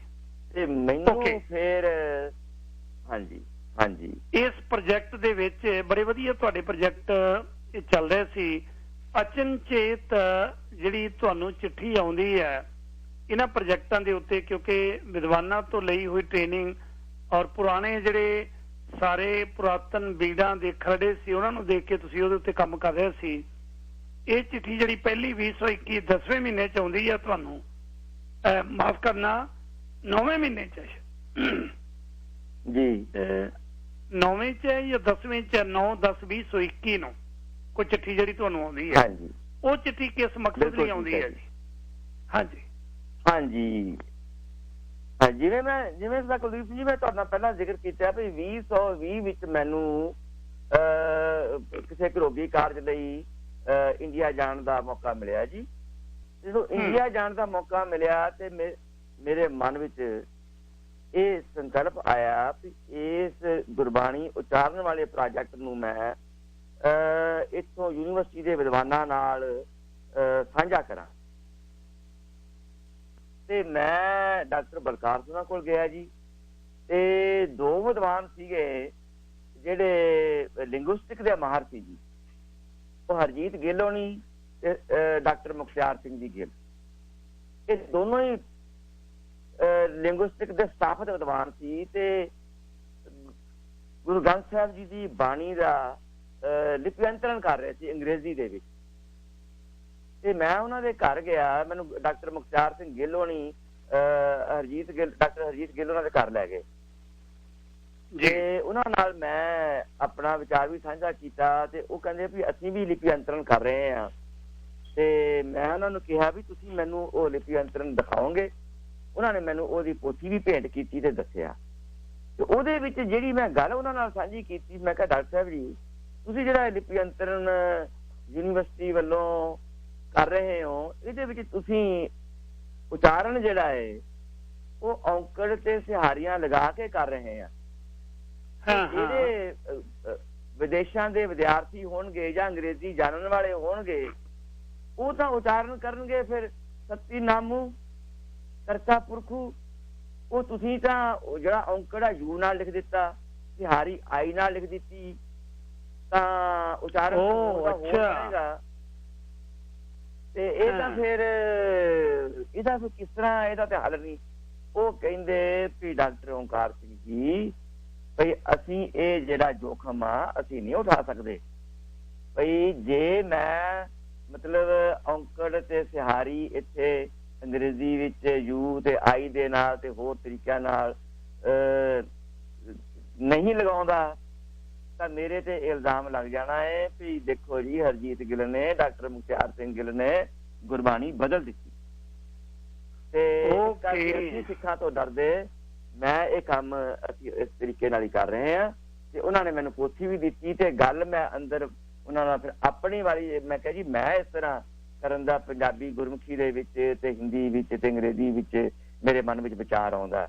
ਉਹ ਕਹਿੰਦੇ ਜੇ ਤੂੰ ਕੁੱਟ ਖਾਣੀ ਹੈ ਸਿੱਖਾਂ ਕੋਲ ਤਾਂ ਤੂੰ ਕਰ ਲੈ, ਭਈ ਤੈਨੂੰ ਕੁੱਟਣਗੇ ਜ਼ਰੂਰ ਪਰ ਕੰਮ ਬੜਾ ਹੈ, ਮਤਲਬ ਪੱਤੇ ਦਾ ਹੋਏਗਾ। ਤੇ ਇਹ ਜਨ ਸਾਧਾਰਨ ਵਾਸਤੇ ਸਹਿਜ ਪਾਠ ਗੁਰੂ ਗ੍ਰੰਥ ਸਾਹਿਬ ਦਾ ਕਰਨਾ ਬਹੁਤ ਹੀ ਸੁਖੈਨ ਹੋ ਜਾਏਗਾ। तो उन्होंने विचार की, डॉक्टर बलकार सिंह ਨਾਲ विचार की, प्रोफैसर मनजीत सिंह ਨਾਲ विचार की ਤੇ ਕੀਤਾ ਹੋਇਆ ਕੰਮ ਥੋੜਾ ਬਹੁਤ ਜਿਹੜਾ ਸੀ ਉਹਨਾਂ ਨੂੰ ਮੈਂ ਦਿਖਾਇਆ ਵੀ ਜੀ। ਤੇ ਕਹਾਣੀ ਇਹ ਹੋਈ ਵੀ ਜਦੋਂ ਮੈਂ ਉਹਨਾਂ ਨੂੰ ਇਹ ਕੰਮ ਦਿਖਾਉਣਾ ਸੀ ਤਾਂ ਉਸ ਤੋਂ ਪਹਿਲਾਂ ਪੰਜਾਬੀ ਯੂਨੀਵਰਸਿਟੀ ਪਟਿਆਲਾ ਦੇ ਸਾਹਮਣੇ ਇੱਕ ਦੁਕਾਨ ਆ, ਗ੍ਰੈਸ਼ੀਅਸ ਬੁੱਕ ਡਿਪੋ ਹੈਗਾ ਏ, ਤੇ ਉੱਥੇ ਮੈਂ ਉਹਨੂੰ ਕਿਹਾ ਸੱਜਣ ਨੂੰ, ਮੈਂ ਕਿਹਾ ਵੀ ਇਹ ਜੀਆਂ ਥੋੜੇ ਜਿਹੇ ਕੀਤੇ ਕੰਮ ਦੀਆਂ ਮੈਨੂੰ ਕਾਪੀਆਂ ਕਰ ਦੇ ਤੇ ਮੈਂ ਵਿਦਵਾਨਾਂ ਨਾਲ ਇਹਦੀ ਵਿਚਾਰ ਕਰਨੀ ਆ। ਤੇ ਉਹਨੂੰ ਮੈਂ ਦੇਖ ਕੇ ਤੇ ਆ ਗਿਆ ਤੇ ਪਿੱਛੋਂ ਇੱਕ ਜਿਹੜਾ ਕੱਟੜ ਜਿਹੀ ਸੋਚ ਵਾਲਾ, ਬੰਦ ਸੋਚ ਵਾਲਾ ਕੋਈ ਇੱਕ ਉੱਥੋਂ ਦਾ ਲੈਕਚਰਰ ਸੀਗਾ, ਮੈਂ ਨਾਂ ਨਹੀਂ ਲੈਣਾ ਚਾਹਾਂਗਾ, ਉਹ ਉੱਥੇ ਗਿਆ ਤੇ ਚੋਰੀ ਉਹਨੇ ਉਸ ਮੇਰੇ ਬਿਲਕੁਲ ਹੀ ਰਫ ਖਰੜੇ ਦੀ ਕਾਪੀ ਚੋਰੀ ਕਰ ਲਈ। ਚੋਰੀ ਕਰਕੇ ਤੇ ਉਹਨੇ ਉਹ ਜਿਹੜੀ ਕਾਪੀ ਸੀ ਅਕਾਲ ਤਖਤ ਸਾਹਿਬ ਦੇ ਜਥੇਦਾਰ ਨੂੰ ਪਹੁੰਚਾ ਦਿੱਤੀ। ਉਨੀ ਦੇਰ ਤੱਕ ਮੈਂ ਆਪਣਾ ਇੰਡੀਆ ਵਾਲਾ ਕਾਰਜ ਕਰਕੇ ਸਰਦਾਰ ਕੁਲਦੀਪ ਸਿੰਘ ਜੀ ਵਾਪਸ ਅਮਰੀਕਾ ਆ ਗਿਆ। ਜਦੋਂ ਅਮਰੀਕਾ ਆਇਆ ਤਾਂ ਮੈਨੂੰ ਅਚਾਨਕ ਇੱਕ ਦਿਨ ਜਥੇਦਾਰ ਹਰਪ੍ਰੀਤ ਉਹਨਾਂ ਦਾ ਫੋਨ ਆਇਆ, ਕਹਿੰਦੇ ਡਾਕਟਰ ਸਾਹਿਬ ਮੇਰੇ ਕੋਲ ਇੱਕ ਖਰੜਾ ਪਹੁੰਚਿਆ ਹੈ ਤੁਹਾਡਾ ਰੱਬ ਜਿਹਾ ਕੋਈ, ਤੇ ਯੂਨੀਵਰਸਿਟੀ ਦੇ ਇੱਕ ਮਤਲਬ ਲੈਕਚਰਰ ਨੇ ਮੇਰੇ ਕੋਲ ਪਹੁੰਚਾਇਆ ਤੇ ਉਹ ਇਹ ਐਲੀਗੇਸ਼ਨ ਲਾ ਰਹੇ ਨੇ ਵੀ ਤੁਸੀਂ ਗੁਰੂ ਗ੍ਰੰਥ ਸਾਹਿਬ ਦੀ ਗੁਰਬਾਣੀ ਬਦਲ ਰਹੇ ਹੋ, ਉਹਦਾ ਉਚਾਰਨ ਆਪਣੇ ਤਰੀਕੇ ਨਾਲ ਬਣਾ ਰਹੇ ਹੋ। ਤੇ ਮੇਰਾ ਤੁਹਾਨੂੰ ਸੁਝਾਅ ਇਹ ਆ ਵੀ ਕੰਮ ਤੁਹਾਡਾ ਮੈਂ ਦੇਖਿਆ ਤੇ ਕੰਮ ਤੁਹਾਡਾ ਠੀਕ ਆ, ਤੁਸੀਂ ਪਹਿਲਾਂ ਵੀ ਮੇਰੇ ਨਾਲ ਵਿਚਾਰਿਆ ਸੀਗਾ ਵੀ ਤੁਸੀਂ ਇਸ ਤਰ੍ਹਾਂ ਕਰੋ ਵੀ ਜਿਵੇਂ ਗੁਰਬਾਣੀ ਪਾਠ ਦਰਪਣ ਤੇ ਗੁਰਬਾਣੀ ਪਾਠ ਦਰਸ਼ਨ ਜਿਹੜਾ ਹੈ ਉਹ ਦਮਦਮੀ ਟਕਸਾਲ ਵੱਲੋਂ ਗੁਰੂ ਗ੍ਰੰਥ ਸਾਹਿਬ ਦਾ ਸਾਰਾ ਕਾਰਜ ਜਿਹੜਾ ਉਹਨਾਂ ਨੇ ਨਾ ਬਰੈਕਟਾਂ ਲਗਾ ਕੇ ਤੇ ਅਧਿਕ ਲਗਾ ਕੇ ਤੇ ਬਿੰਦੀਆਂ ਲਗਾ ਕੇ 1960 ਤੋਂ ਆਰੰਭ ਕੀਤਾ ਸੀਗਾ। ਬਾਬਾ ਗੁਰਬਚਨ ਸਿੰਘ ਜੀ, ਗਿਆਨੀ ਗੁਰਬਚਨ ਸਿੰਘ ਜੀ ਜਿਹੜੇ ਦਮਦਮੀ ਟਕਸਾਲ ਦੇ ਮੁਖੀ ਸੀਗੇ, ਤੇ ਉਹਨੂੰ ਉਹ ਲਗਾਤਾਰ ਛਾਪ ਰਹੇ ਨੇ। ਤੁਸੀਂ ਵੀ ਉਸੇ ਤਰ੍ਹਾਂ ਉਹਦੇ ਵਿੱਚ ਨਾ ਬਰੈਕਟਾਂ ਲਗਾ ਲਓ ਤੇ ਬਾਕੀ ਕੰਮ ਤੁਸੀਂ ਜਿਵੇਂ ਠੀਕ, ਬਾਕੀ ਭਾਸ਼ਾਵਾਂ ਦੇ ਵਿੱਚ ਹਿੰਦੀ ਤੇ ਅੰਗਰੇਜ਼ੀ ਵਿੱਚ ਬਰੈਕਟਾਂ ਲਗਾਉਣ ਦੀ ਜ਼ਰੂਰਤ ਨਹੀਂ ਹੈਗੀ, ਪਰ ਗੁਰਮੁਖੀ ਵਿੱਚ ਲਗਾ ਲਓ ਤੁਸੀਂ ਉਸੇ ਤਰ੍ਹਾਂ ਦੇ ਉੱਤੇ, ਤੇ ਫਿਰ ਇਹ ਕੰਮ ਜਿਹੜਾ ਹੈ ਨਾ ਤੁਹਾਡਾ ਠੀਕ ਹੋ ਜਾਏਗਾ। ਮੈਂ ਕਿਹਾ ਸਤਬਚਨ ਜੀ ਹੋ ਜਾਏਗਾ। ਮੈਂ ਜੀ ਉਹ ਕੰਮ ਫਿਰ ਨਵੇਂ ਸਿਰੇ ਤੋਂ ਆਰੰਭ ਸ਼ੁਰੂ ਕਰ ਦਿੱਤਾ। ਆ ਕੇ ਮੇਰੇ ਮਿਸਿਸ ਮੇਰੇ ਨਾਲ ਕਾਰਜ ਕਰ ਰਹੇ ਸੀਗੇ ਤੇ ਅਸੀਂ ਉਹ ਨਵੇਂ ਸਿਰੇ ਤੋਂ ਕੰਮ ਜਿਹੜਾ ਹੈ ਆਰੰਭ ਕਰਕੇ ਤੇ ਉਹਦੀ ਮੈਂ ਕਾਪੀ ਵੀ ਫੇਰ ਉਹਦੇ ਕੀਤਾ ਮੈਂ ਇਸ ਤਰ੍ਹਾਂ ਕੁਲਦੀਪ ਸਿੰਘ ਜੀ ਤੇ ਖੱਬੇ ਹੱਥ ਗੁਰਬਾਣੀ ਜਿਹੜੀ ਆ ਮੂਲ ਪਾਠ ਆ ਨਾ ਗੁਰੂ ਗ੍ਰੰਥ ਸਾਹਿਬ ਜੀ ਦਾ ਉਹ ਦੇ ਦਿੱਤਾ। ਉਹਦੇ ਵਿੱਚ ਕੋਈ ਬਿੰਦੀ ਕੋਈ ਟਿੱਪੀ ਕੋਈ ਚੇਂਜ ਬਿਲਕੁਲ ਨਹੀਂ ਕੀਤੀ। ਜਿਵੇਂ ਸ਼੍ਰੋਮਣੀ ਗੁਰਦੁਆਰਾ ਪ੍ਰਬੰਧਕ ਕਮੇਟੀ ਨੇ ਧੰਨ ਗੁਰੂ ਗ੍ਰੰਥ ਸਾਹਿਬ ਜੀ ਨੂੰ ਛਾਪਿਆ ਹੋਇਆ ਹੈ ਐਜ਼ ਇਟ ਇਜ਼, ਭਾਵੇਂ ਉਹ ਚ ਮੰਗਲਾਚਰਨ ਉੱਪਰ ਨੇ ਭਾਵੇਂ ਥੱਲੇ ਨੇ ਭਾਵੇਂ ਜਿਵੇਂ ਵੀ ਹੈਗਾ ਬੇਤਰਤੀਬੇ ਨੇ, ਉਹ ਮੈਂ ਰਿਸਕ ਨਹੀਂ ਲਿਆ। ਮੈਂ ਕਿਹਾ ਵੀ ਜੋ ਉਹਨਾਂ ਨੇ ਛਾਪਿਆ ਹੋਇਆ ਹੈ ਜੋ ਚੱਲ ਰਿਹਾ ਪ੍ਰਚਲਿਤ ਆ ਉਸੇ ਨੂੰ ਖੱਬੇ ਹੱਥ ਦਿੱਤਾ ਜੀ ਤੇ ਸੱਜੇ ਹੱਥ ਸਭ ਤੋਂ ਪਹਿਲਾਂ ਗੁਰਮੁਖੀ ਦੇ ਵਿੱਚ ਜੀ ਜਿੱਦਾਂ ਜਥੇਦਾਰ ਸਾਹਿਬ ਨੇ ਹਦਾਇਤ ਕੀਤੀ ਸੀ, ਉਸ ਤੋਂ ਬਾਅਦ ਅੰਗਰੇਜ਼ੀ ਵਿੱਚ ਤੇ ਉਸ ਤੋਂ ਬਾਅਦ ਹਿੰਦੀ ਵਿੱਚ 3 ਭਾਸ਼ਾਵਾਂ ਵਿੱਚ ਉਚਾਰਨ ਇਹ ਗੁਰੂ ਗ੍ਰੰਥ ਸਾਹਿਬ ਦਾ ਅਸੀਂ ਬਣਾਉਂਦੇ ਗਏ ਤੇ ਅਚਾਨਕ ਫੇਰ ਹਾਂਜੀ ਜੀ ਤੁਸੀਂ ਡਾਕਟਰ ਮੈਨੂੰ ਹਾਂਜੀ ਇੱਥੇ ਰੁਕੇ ਥੋੜਾ ਜਿਹਾ। ਤੁਸੀਂ ਹੁਣੇ ਜ਼ਿਕਰ ਕੀਤਾ ਕਿ ਜਿਵੇਂ ਸ਼੍ਰੋਮਣੀ ਇੱਥੇ ਇੱਕਦਮ ਕਲਿੱਕ ਹੋਈ ਮੇਰੇ ਦਿਮਾਗ ਦੇ ਵਿੱਚ, ਤੁਸੀਂ ਕਿਹਾ ਵੀ ਜਿਵੇਂ ਗੁਰੂ ਗ੍ਰੰਥ ਸਾਹਿਬ ਇਸ ਵੇਲੇ ਸ਼੍ਰੋਮਣੀ ਕਮੇਟੀ ਵੱਲੋਂ ਛਾਪੇ ਜਾਂਦੇ ਆ ਭਾਵੇਂ ਉਹ ਬੇਤਰਤੀਬੇ ਨੇ, ਕਹਿਣ ਦਾ ਭਾਵ ਕਿ ਬੇਤਰਤੀਬ ਸਹੀ ਨਹੀਂ ਹੈਗੀ। ਜਿਹੜੀ ਮੌਜੂਦਾ ਭੀੜ ਆ ਸਾਡੇ ਕੋਲ ਉਹਦੀ ਤਰਤੀਬ ਇਹਨਾਂ ਨੇ ਠੀਕ ਨਹੀਂ ਛਾਪੀ। ਇਹ ਬੜਾ ਬਹੁਤ ਜ਼ਰੂਰੀ ਸਵਾਲ ਹੈ। ਹਾਂਜੀ ਤੁਹਾਡਾ ਸਵਾਲ ਬਹੁਤ ਜ਼ਿਆਦਾ ਜ਼ਰੂਰੀ ਆ। ਭਾਵੇਂ ਅੱਜ ਦੇ ਵਿਸ਼ੇ ਨਾਲ ਕੋਈ ਬਹੁਤ ਮਤਲਬ ਚਲੋ ਸੰਬੰਧ ਰੱਖਦਾ ਵੀ ਆ ਤੇ ਨਹੀਂ ਵੀ ਰੱਖਦਾ। ਉਹ ਇਸ ਤਰ੍ਹਾਂ ਉਹਦੀ ਕਹਾਣੀ ਮੈਂ ਤੁਹਾਨੂੰ ਥੋੜੀ ਦੱਸਣੀ ਚਾਹਾਂਗਾ ਜਿੰਨੀ ਕਿ ਮੇਰੀ ਸਮਝ ਵਿੱਚ ਆ। ਬਈ ਜਦੋਂ ਸ਼੍ਰੋਮਣੀ ਗੁਰਦੁਆਰਾ ਪ੍ਰਬੰਧਕ ਕਮੇਟੀ ਹੋਂਦ ਵਿੱਚ ਆਈ ਤਾਂ ਉਸ ਤੋਂ ਪਹਿਲਾਂ ਧੰਨ ਗੁਰੂ ਗ੍ਰੰਥ ਸਾਹਿਬ ਜੀ ਦੀ ਛਪਾਈ ਜਿਹੜੀ ਆ ਉਹ ਪ੍ਰਾਈਵੇਟ ਪਬਲਿਸ਼ਰ ਜਿਹੜੇ ਨੇ ਮਾਈ ਸੇਵਾ ਦੇ ਬਾਜ਼ਾਰ ਵਿੱਚ ਚਤਰ ਸਿੰਘ ਜੀਵਨ ਸਿੰਘ ਹੋਣੀ ਤੇ ਜਵਾਹਰ ਸਿੰਘ ਕਿਰਪਾਲ ਸਿੰਘ ਹੋਣੀ ਤੇ ਹੋਰ ਕੁਝ ਪਬਲਿਸ਼ਰ ਜਿਹੜੇ ਨੇ ਉਹ ਧੰਦੇ ਦੇ ਤੌਰ ਦੇ ਉੱਤੇ ਕਮਾਈ ਕਰਨ ਦੇ ਵਾਸਤੇ ਨਾ ਕਿ ਪ੍ਰਚਾਰ ਵਾਸਤੇ ਨਹੀਂ, ਧੰਦੇ ਦੇ ਤੌਰ ਦੇ ਉੱਤੇ ਗੁਰੂ ਗ੍ਰੰਥ ਸਾਹਿਬ ਵਿੱਚ ਆਪਣਾ ਛਾਪ ਕੇ ਤੇ ਉਹਨੂੰ ਵੇਚਦੇ ਸੀਗੇ। ਉਹਨੂੰ ਆਪਣੀ ਮਨਮਰਜ਼ੀ ਦੀ ਉਹਦਾ ਮੋਖ ਜਿਹੜਾ ਹੈ ਉਹਦੀ ਕੀਮਤ ਵੱਟਦੇ ਸੀਗੇ। ਤੇ ਮੈਨੂੰ ਯਾਦ ਹੈ ਕਿਉਂਕਿ ਮੈਂ ਲੰਬਾ ਸਮਾਂ ਅੰਮ੍ਰਿਤਸਰ ਵਿੱਚ ਰਹਿਣ ਦਾ ਮੈਨੂੰ ਭਾਗ ਪ੍ਰਾਪਤ ਹੋਇਆ। ਜਦੋਂ ਕਿਤੇ ਮੈਂ ਇਹਨਾਂ ਦੀ ਦੁਕਾਨ ਤੇ ਜਾਂਦਾ ਸੀਗਾ ਮੈਂ ਇਹ ਗੱਲ ਤੁਹਾਨੂੰ ਮਹਾਰਾਜ ਨੂੰ ਹਾਜ਼ਰ ਨਾਜ਼ਰ ਸਮਝ ਕੇ ਤੁਹਾਨੂੰ ਇਹ ਗੱਲ ਕਹਿ ਰਿਹਾ, ਅੱਖੀ ਦੇਖੀ ਗੱਲ ਕਹਿ ਰਿਹਾ ਤੁਹਾਨੂੰ। ਇੱਕ ਵਾਰੀ ਮੈਨੂੰ ਜਾਣ ਦਾ ਭਾਗ ਪ੍ਰਾਪਤ ਹੋਇਆ ਚਤਰ ਸਿੰਘ ਜੀਵਨ ਸਿੰਘਾਂ ਦੀ ਦੁਕਾਨ ਦੇ ਉੱਤੇ ਬਾਜ਼ਾਰ ਮਾਈ ਸੇਵਾ ਉੱਤੇ ਸ਼ੈਲਫਾਂ ਬਣੀਆਂ ਹੁੰਦੀਆਂ ਸੀਗੀਆਂ। ਸ਼ੈਲਫਾਂ ਦੇ ਉੱਤੇ ਉਹਨਾਂ ਨੇ ਇੱਕ ਸਿੰਪਲ ਰੁਮਾਲੇ ਦੇ ਵਿੱਚ ਚਿੱਟੇ ਰੁਮਾਲੇ ਵਿੱਚ ਲਪੇਟ ਕੇ ਸ਼ੈਲਫਾਂ ਤੇ ਗੁਰੂ ਗ੍ਰੰਥ ਸਾਹਿਬ ਜੀ ਦੇ ਸਰੂਪ ਰੱਖੇ ਹੁੰਦੇ ਸੀਗੇ। ਉਹਦੇ ਥੱਲੇ ਦੁਕਾਨ ਦੇ ਥੱਲੇ ਉਹਨਾਂ ਦੇ ਇੱਕ ਤਹਿਖਾਨਾ ਸੀਗਾ ਤੇ ਮੈਨੂੰ ਕਿਸੇ ਕਾਰਨ ਕਰਕੇ ਮੈਨੂੰ ਕਿਸੇ ਨੇ ਭੇਜਿਆ ਵੀ ਇੱਕ ਪੱਤਰਾ ਜਿਹੜਾ ਹੈ ਇੱਕ ਅੰਕ ਜਿਹੜਾ ਹੈ ਗੁਰੂ ਗ੍ਰੰਥ ਸਾਹਿਬ ਵਿੱਚੋਂ ਮਿਸਿੰਗ ਆ ਤੇ ਉਹ ਚਤਰ ਸਿੰਘ ਜੀਵਨ ਸਿੰਘਾਂ ਦੀ ਦੁਕਾਨ ਤੋਂ ਮਿਲ ਸਕਦਾ, ਤੁਸੀਂ ਉਹਨਾਂ ਕੋਲੋਂ ਲੈ ਆਓ। ਮੈਂ ਗਿਆ ਥੱਲੇ ਤਹਿਖਾਨੇ ਵਿੱਚ, ਮੈਨੂੰ ਨਾਲ ਉਹਨਾਂ ਦਾ ਜਿਹੜਾ ਕਰਮਚਾਰੀ ਸੀ ਇੰਪਲਾਈ ਸੀ ਥੱਲੇ ਤਹਿਖਾਨੇ ਵਿੱਚ ਲੈ ਗਿਆ। ਮੈਨੂੰ ਤਹਿਖਾਨੇ ਵਿੱਚ ਜਦੋਂ ਗਿਆ ਮੇਰੇ ਹੋਸ਼ ਉੱਡ ਗਏ, ਉੱਥੇ ਵੇਖ ਕੇ ਹੋਸ਼ ਉੱਡ ਗਏ। ਭਈ ਸਾਰੇ ਪੱਤਰੇ ਇੱਧਰ ਉੱਧਰ ਖਿਲਰੇ ਪਏ ਸੀਗੇ ਤੇ ਉਹਦੇ ਮਤਲਬ ਜਿਹੜਾ ਉਹਨਾਂ ਦਾ ਇੰਪਲਾਈ ਸੀ ਪੱਤਰਾਂ ਦੇ ਉੱਤੋਂ ਹੀ ਤੁਰਦਾ ਹੋਇਆ ਉੱਥੋਂ ਜਿਹੜਾ ਮੈਨੂੰ ਅੰਕ ਚਾਹੀਦਾ ਸੀਗਾ ਉਹ ਲਿਆ ਕੇ ਮੈਨੂੰ ਉਹਨਾਂ ਨੇ ਦਿੱਤਾ ਤੇ ਮੈਂ ਉੱਤੇ ਉਹਦੀ ਕੀਮਤ ਦੇ ਕੇ ਉਸ ਅੰਕ ਨੂੰ ਲੈ ਆਇਆ। ਪਰ ਜੋ ਅੱਖੀਂ ਡਿੱਠਾ ਮੈਂ ਤੁਹਾਡੇ ਥੱਲੇ ਤਹਿਖਾਨੇ ਵਿੱਚ ਸਾਰੇ ਪੱਤਰੇ ਖਿਲੇ ਮਹਾਰਾਜ ਦੇ ਉਹਦੇ ਉੱਤੋਂ ਦੀ ਉਹ ਲੰਘਦੇ ਸੀ, ਕਿਉਂਕਿ ਜਿਵੇਂ ਮੈਂ ਤੁਹਾਨੂੰ ਕਿਹਾ ਉਹ ਧੰਦਾ ਕਰਦੇ ਸੀ। ਗੱਲ ਆਪਾਂ ਅੱਗੇ ਤੋਰੀਏ। ਭਈ ਜਦੋਂ ਸ਼੍ਰੋਮਣੀ ਗੁਰਦੁਆਰਾ ਪ੍ਰਬੰਧਕ ਕਮੇਟੀ ਹੋਂਦ ਵਿੱਚ ਆਈ ਤਾਂ ਇਹ ਗੱਲ ਜ਼ੋਰ ਸ਼ੋਰ ਨਾਲ ਉਭਰੀ ਤੇ ਗੁਰੂ ਗ੍ਰੰਥ ਸਾਹਿਬ ਜੀ ਦਾ ਜਿਹੜਾ ਹੈ ਉਹ ਵਪਾਰ ਬੰਦ ਕਰਕੇ ਸ਼੍ਰੋਮਣੀ ਗੁਰਦੁਆਰਾ ਪ੍ਰਬੰਧਕ ਕਮੇਟੀ ਜਿਹੜੀ ਆ ਆਪਣੇ ਵੱਲੋਂ ਧੰਨ ਗੁਰੂ ਗ੍ਰੰਥ ਸਾਹਿਬ ਜੀ ਦਾ ਸਰੂਪ ਜਿਹੜਾ ਹੈ ਉਹ ਛਾਪੇ ਤੇ ਇਸ ਪਾਸੇ ਸ਼੍ਰੋਮਣੀ ਕਮੇਟੀ ਨੇ ਯਤਨ ਆਰੰਭੇ। ਉਹਦੇ ਵਿੱਚ ਫਿਰ ਉਹਨਾਂ ਨੇ ਵਿਦਵਾਨਾਂ ਦੇ ਨਾਲ ਇਹਦੇ ਵਾਸਤੇ ਵਿਚਾਰ ਵਟਾਂਦਰੇ ਆਰੰਭ ਕੀਤੇ, ਜਿਹਦੇ ਵਿੱਚ ਪ੍ਰੋਫੈਸਰ ਸਾਹਿਬ ਸਿੰਘ ਜੀ, ਡਾਕਟਰ ਭਾਈ ਜੋਤ ਸਿੰਘ ਜੀ ਜਿਹੜੇ ਵਾਈਸ ਚਾਂਸਲਰ ਬਣੇ ਪੰਜਾਬੀ ਯੂਨੀਵਰਸਿਟੀ ਦੇ ਪਹਿਲੇ, ਪ੍ਰਸਿੱਧ ਵਿਦਵਾਨ ਸਥਾਪਤ ਵਿਦਵਾਨ ਜਿਨ੍ਹਾਂ ਨੇ ਸ਼ਬਦਾਰਥ ਲਿਖਿਆ, ਪ੍ਰਿੰਸੀਪਲ ਤੇਜਾ ਸਿੰਘ ਜੀ, ਡਾਕਟਰ ਗੰਡਾ ਸਿੰਘ ਜੀ, ਸਾਰੇ ਵਿਦਵਾਨਾਂ ਦੀ ਸ਼੍ਰੋਮਣੀ ਕਮੇਟੀ ਨੇ ਸਲਾਹ ਕੀਤੀ ਤੇ ਉਹ ਸਲਾਹ ਕਰਕੇ ਤੇ ਕਰਤਾਰਪੁਰੀ ਸਾਹਿਬ ਬੀੜ ਨੂੰ ਵੇਖਣ ਵਾਸਤੇ ਇਹਨਾਂ ਵਿਦਵਾਨਾਂ ਨੂੰ ਉੱਥੇ ਭੇਜਿਆ ਕਿ ਉਹਦਾ ਕੀ ਆਧਾਰ ਆ। ਜਿਹੜੇ ਸਰੂਪ ਇਹ ਛਾਪਦੇ ਸੀਗੇ ਬਾਜ਼ਾਰੀ ਲੋਕ ਧੰਦੇ ਵਾਸਤੇ, ਉਹਨੂੰ ਵੀ ਲਿਆ ਤੇ ਉਹਦੇ ਸਾਰੀ ਵਿਚਾਰ ਵਟਾਂਦਰੇ ਵਿੱਚੋਂ ਇਹ ਫੈਸਲਾ ਹੋਇਆ ਕਿ ਇਹਦੇ ਵਿੱਚ ਬਹੁਤ ਸਾਰੀਆਂ ਗਲਤੀਆਂ ਇਹ ਬਾਜ਼ਾਰੀ ਲੋਕ ਕਰਦੇ ਨੇ ਤੇ ਆਪਾਂ ਮਤਲਬ ਇਹਨੂੰ ਠੀਕ ਕਰਕੇ 733 ਦੇ ਕਰੀਬ ਉਹਨਾਂ ਨੇ ਗਲਤੀਆਂ ਉਹਨਾਂ ਨੂੰ ਉਸ ਵੇਲੇ ਮਹਿਸੂਸ ਹੋਈਆਂ ਤੇ ਉਹਨਾਂ ਨੂੰ ਇਹ ਵੀ ਮਹਿਸੂਸ ਹੋਇਆ ਵੀ ਮੰਗਲਾਚਰਨ ਜਿਹੜੇ ਨੇ ਇਹ ਸਾਰੇ ਉਗੜ ਦੁਗੜੇ ਬੇਤਰਤੀਬੇ ਜਿਹੜੇ ਨੇ ਉਹ ਇਹ ਛਾਪਦੇ ਨੇ। ਆਪਾਂ ਇਹਨੂੰ ਇੱਕ ਤਰਤੀਬ ਦਈਏ ਕਿਉਂਕਿ ਧੰਨ ਗੁਰੂ ਅਰਜਨ ਦੇਵ ਸੱਚੇ ਪਾਤਸ਼ਾਹ ਔਰ ਪੂਰਨ ਬ੍ਰਹਮ ਗਿਆਨੀ ਮਹਾ ਵਿਦਵਾਨ ਭਾਈ ਗੁਰਦਾਸ ਜੀ ਕਦੀ ਵੀ ਗੁਰਬਾਣੀ ਨੂੰ ਬੇਤਰਤੀਬੇ ਨਹੀਂ ਲਿਖ ਸਕਦੇ। ਇਹ ਨਹੀਂ ਹੋ ਸਕਦਾ ਵੀ ਕਦੀ ਤਾਂ ਮੰਗਲਾਚਰਨ ਉੱਪਰ ਲਿਖ ਦੇਣ ਤੇ ਕਦੀ ਮੰਗਲਾਚਰਨ ਹੇਠਾਂ ਲਿਖ ਦੇਣ, ਕਦੀ ਬਾਅਦ ਵਿੱਚ ਲਿਖ ਦੇਣ, ਕਦੀ ਪਹਿਲਾਂ ਲਿਖ ਦੇਣ, ਕਿਉਂਕਿ ਉਹਨਾਂ ਨੇ ਇੱਕ ਬਹੁਤ ਵਿਗਿਆਨਕ ਤਰਤੀਬ ਦਿੱਤੀ ਸੀਗੀ ਤੇ ਜਦੋਂ ਆਪਾਂ ਪੜ੍ਹਦੇ ਆ ਉਹ ਤਰਤੀਬ ਸਾਡੇ ਸਾਹਮਣੇ ਆਉਂਦੀ ਆ।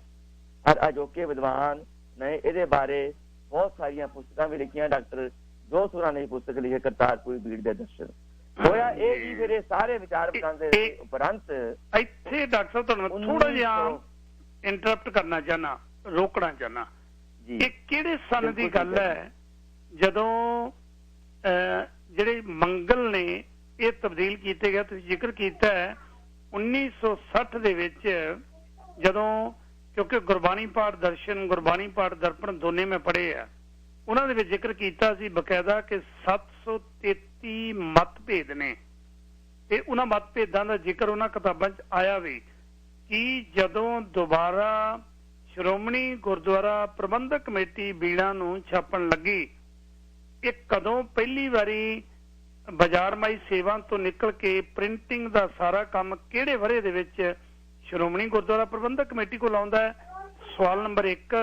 ਸਵਾਲ ਨੰਬਰ 2 ਇਹਦੇ ਨਾਲ ਇਹ ਹੈ ਕਿ ਉਸ ਤੋਂ ਬਾਅਦ ਜਿਹੜੀਆਂ ਬੀੜਾਂ ਛਪੀਆਂ, ਜਿਵੇਂ ਬਿੰਦੀਆਂ ਦਾ, ਟਿੱਪੀਆਂ ਦਾ, ਸਿਹਾਰੀ ਦਾ ਤੇ ਔਂਕੜ ਦਾ ਵਰਣਨ ਕੀਤਾ ਗਿਆ ਗੁਰਬਾਣੀ ਪਾਠ ਦਰਪਣ ਤੇ ਦਰਸ਼ਨ ਦੇ ਵਿੱਚ, ਕੀ ਉਸ ਤੋਂ ਬਾਅਦ ਜਿਹੜੀਆਂ ਬੀੜਾਂ ਸੀ ਉਹਨਾਂ ਦੇ ਵਿੱਚੋਂ ਇਹ ਸਾਰਾ ਕੁਝ ਅਮੈਂਡ ਕਰਕੇ ਨਵੀਆਂ ਬੀੜਾਂ ਛਾਪੀਆਂ ਗਈਆਂ? ਜਿਵੇਂ ਕਰਤਾਰਪੁਰੀ ਬੀੜ ਸੀ, ਕਿ ਇਹ ਸਾਰਾ ਕੁਝ ਕਰਤਾਰਪੁਰੀ ਬੀੜ ਦੇ ਵਿੱਚ ਸੀ ਛਾਪਣ ਲੱਗੇ ਗਿਆ?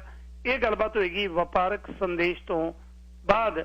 ਤੁਸੀਂ ਹੋਲਡ ਕਰਕੇ ਰੱਖਿਓ ਥੋੜਾ ਚਿਰ, ਮੈਂ ਚਾਹੁੰਦਾ ਕਿ ਇਹ ਗੱਲ ਸਾਰੀ ਸਪਸ਼ਟ ਹੋਵੇ ਕਿਉਂਕਿ ਦੁਨੀਆ ਦਾ ਹਰ ਵਿਅਕਤੀ, ਹਰ ਸਿੱਖ ਇਹ ਜਾਣਨਾ ਚਾਹੁੰਦਾ ਹੈ ਕਿ ਗਲਤੀ ਪ੍ਰਿੰਟਿੰਗ ਪ੍ਰੈਸ ਬਾਜ਼ਾਰ ਮਾਈ ਸੇਵਾ ਵਾਲਿਆਂ ਨੇ ਕੀਤੀ ਜਾਂ ਪ੍ਰਿੰਟਿੰਗ ਦੇ ਵਿੱਚ ਗਲਤੀ ਬਾਅਦ ਦੇ ਵਿੱਚ ਉਸੇ ਤਰ੍ਹਾਂ ਜੋ ਕੁਝ ਉਹ ਛਾਪ ਰਹੇ ਸੀ ਉਹੀ ਕੁਝ ਸ਼੍ਰੋਮਣੀ ਗੁਰਦੁਆਰਾ ਪ੍ਰਬੰਧਕ ਕਮੇਟੀ ਛਾਪਣ ਲੱਗੀ?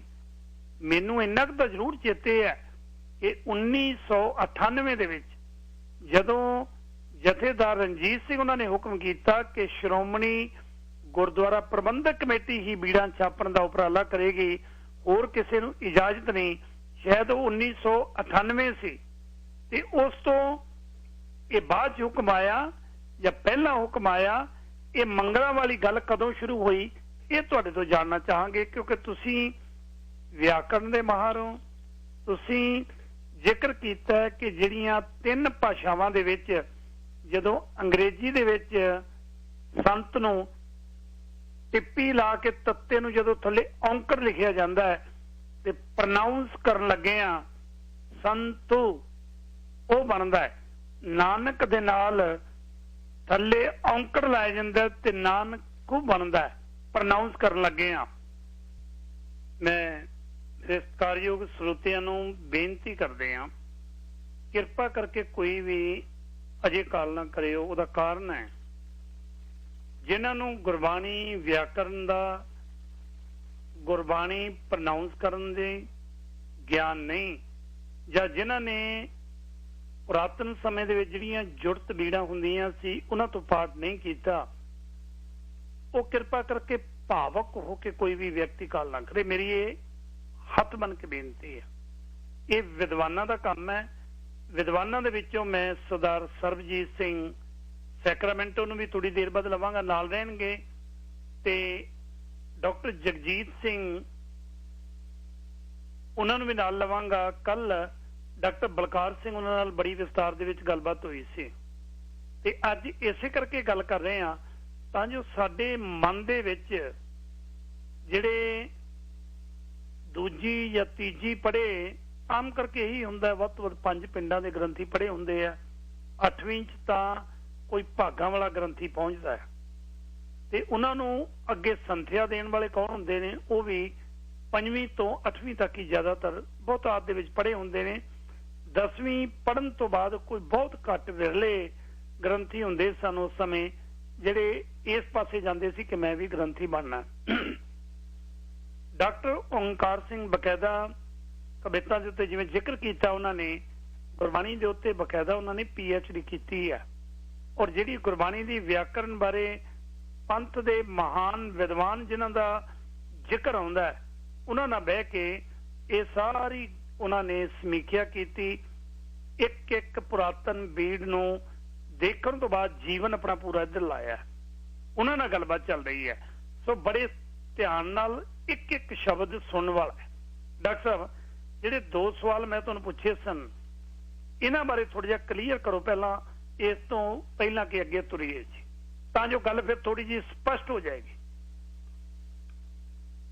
ਕੁਲਦੀਪ ਸਿੰਘ, ਤੁਸੀਂ ਬਹੁਤ ਹੀ ਜਿਹੜੇ ਮਤਲਬ ਇੰਪੋਰਟੈਂਟ ਕੁਐਸਚਨ ਜਿਹੜੇ ਨੇ ਤੁਸੀਂ ਉਹ ਕੀਤੇ ਨੇ, ਤੇ ਮੈਂ ਦੱਸਣਾ ਚਾਹਾਂਗਾ ਕਿ ਜਿਵੇਂ ਆਪਾਂ ਪਹਿਲਾਂ ਗੱਲ ਕਰ ਰਹੇ ਸੀ ਵੀ ਸ਼੍ਰੋਮਣੀ ਗੁਰਦੁਆਰਾ ਪ੍ਰਬੰਧਕ ਕਮੇਟੀ ਨੇ ਇਹਨਾਂ ਸਾਰੇ ਵਿਦਵਾਨਾਂ ਨਾਲ, ਪ੍ਰੋਫੈਸਰ ਸਾਹਿਬ ਸਿੰਘ ਜੀ, ਡਾਕਟਰ ਗੰਡਾ ਸਿੰਘ ਜੀ, ਆਪਣਾ ਡਾਕਟਰ ਜੋਤ ਸਿੰਘ ਜੀ, ਪ੍ਰਿੰਸੀਪਲ ਤੇਜਾ ਸਿੰਘ ਜੀ, ਇਹਨਾਂ ਸਾਰੇ ਵਿਦਵਾਨਾਂ ਨਾਲ ਲੰਬਾ ਸਮਾਂ ਵਿਚਾਰ ਕਰਕੇ ਤੇ ਫੈਸਲੇ ਕਰਕੇ, ਮਤੇ ਕਰਕੇ, ਜਿਹਦੀ ਕਿ ਕਾਪੀ ਵੀ ਅਵੇਲੇਬਲ ਆ ਸਾਡੇ ਕੋਲ, ਤੇ ਉਹ 1952 ਦੇ ਵਿੱਚ ਸ੍ਰੀ ਗੁਰੂ ਗ੍ਰੰਥ ਸਾਹਿਬ ਦਾ ਸਰੂਪ ਛਾਪਣਾ ਆਰੰਭ ਕੀਤਾ, ਤੇ ਮਾਸਟਰ ਤਾਰਾ ਸਿੰਘ ਜੀ ਉਸ ਵੇਲੇ ਪ੍ਰਧਾਨ ਸੀ ਸ਼੍ਰੋਮਣੀ ਗੁਰਦੁਆਰਾ ਪ੍ਰਬੰਧਕ ਕਮੇਟੀ ਦੇ।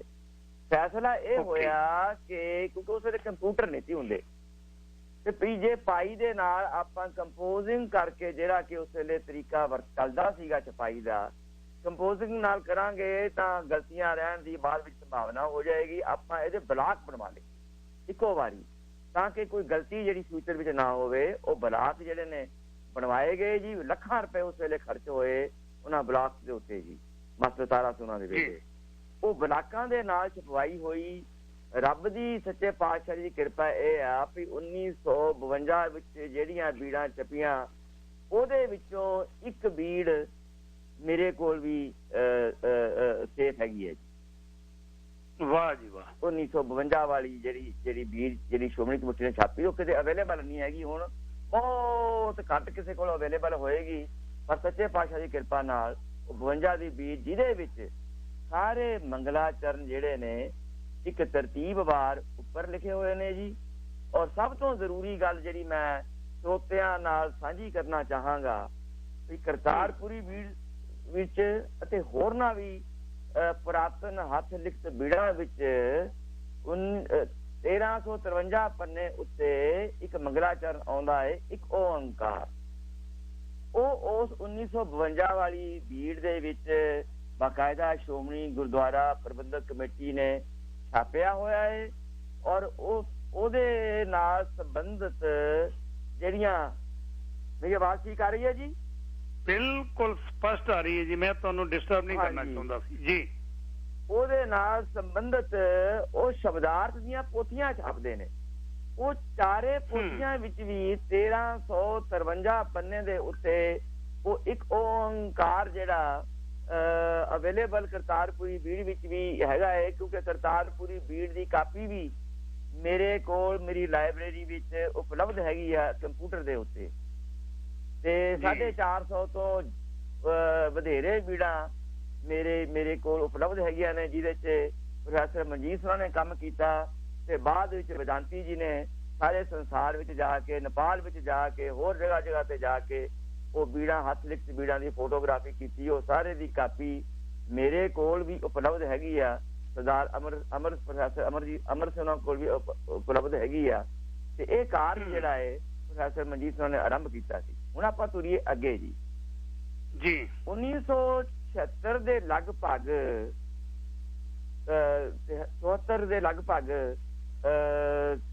ਕੀ ਬਣਾਈ ਸ਼੍ਰੋਮਣੀ ਗੁਰਦੁਆਰਾ ਪ੍ਰਬੰਧਕ ਕਮੇਟੀ ਨੇ। ਫਿਰ ਉਹਨਾਂ ਨੂੰ ਅਨੁਭਵ ਹੋਇਆ ਵੀ ਗੁਰੂ ਗ੍ਰੰਥ ਸਾਹਿਬ ਜੀ ਦੇ ਜਿਹੜੀ ਅਸੀਂ ਛਪਾਈ ਕਰ ਰਹੇ ਹਾਂ, ਕੁਝ ਇਕਾਈਆਂ ਛਾਪੇ ਕਰਕੇ ਰਹਿ ਗਈਆਂ ਨੇ। ਇਹ ਗੱਲ ਉਹਨਾਂ ਦੇ ਧਿਆਨ ਵਿੱਚ ਵਿਦਵਾਨਾਂ ਨੇ ਲਿਆਂਦੀ ਅਤੇ ਜਿਹਦਾ ਤੁਸੀਂ ਪਹਿਲਾਂ ਜ਼ਿਕਰ ਕੀਤਾ ਹੈ ਗੁਰਬਾਣੀ ਪਾਠ ਦਰਪਣ, ਜਿਹੜਾ ਦਮਦਮੀ ਟਕਸਾਲ ਜਥਾ ਪਿੰਡਰਾ ਮਹਿਤਾ ਵਾਲਿਆਂ ਨੇ ਗਿਆਨੀ ਹਰਨਾਮ ਸਿੰਘ ਜੀ ਖਾਲਸਾ ਜੀ ਦੀ ਅਗਵਾਈ ਵਿੱਚ ਛਪਿਆ ਹੋਇਆ, ਉਹਦੇ ਵਿੱਚ ਵੀ ਜ਼ਿਕਰ ਕੀਤਾ ਵੀ 1700 ਦੇ ਕਰੀਬ ਪਾਠ ਭੇਦ ਉਹਨਾਂ ਨੇ ਨੋਟ ਕੀਤੇ ਨੇ।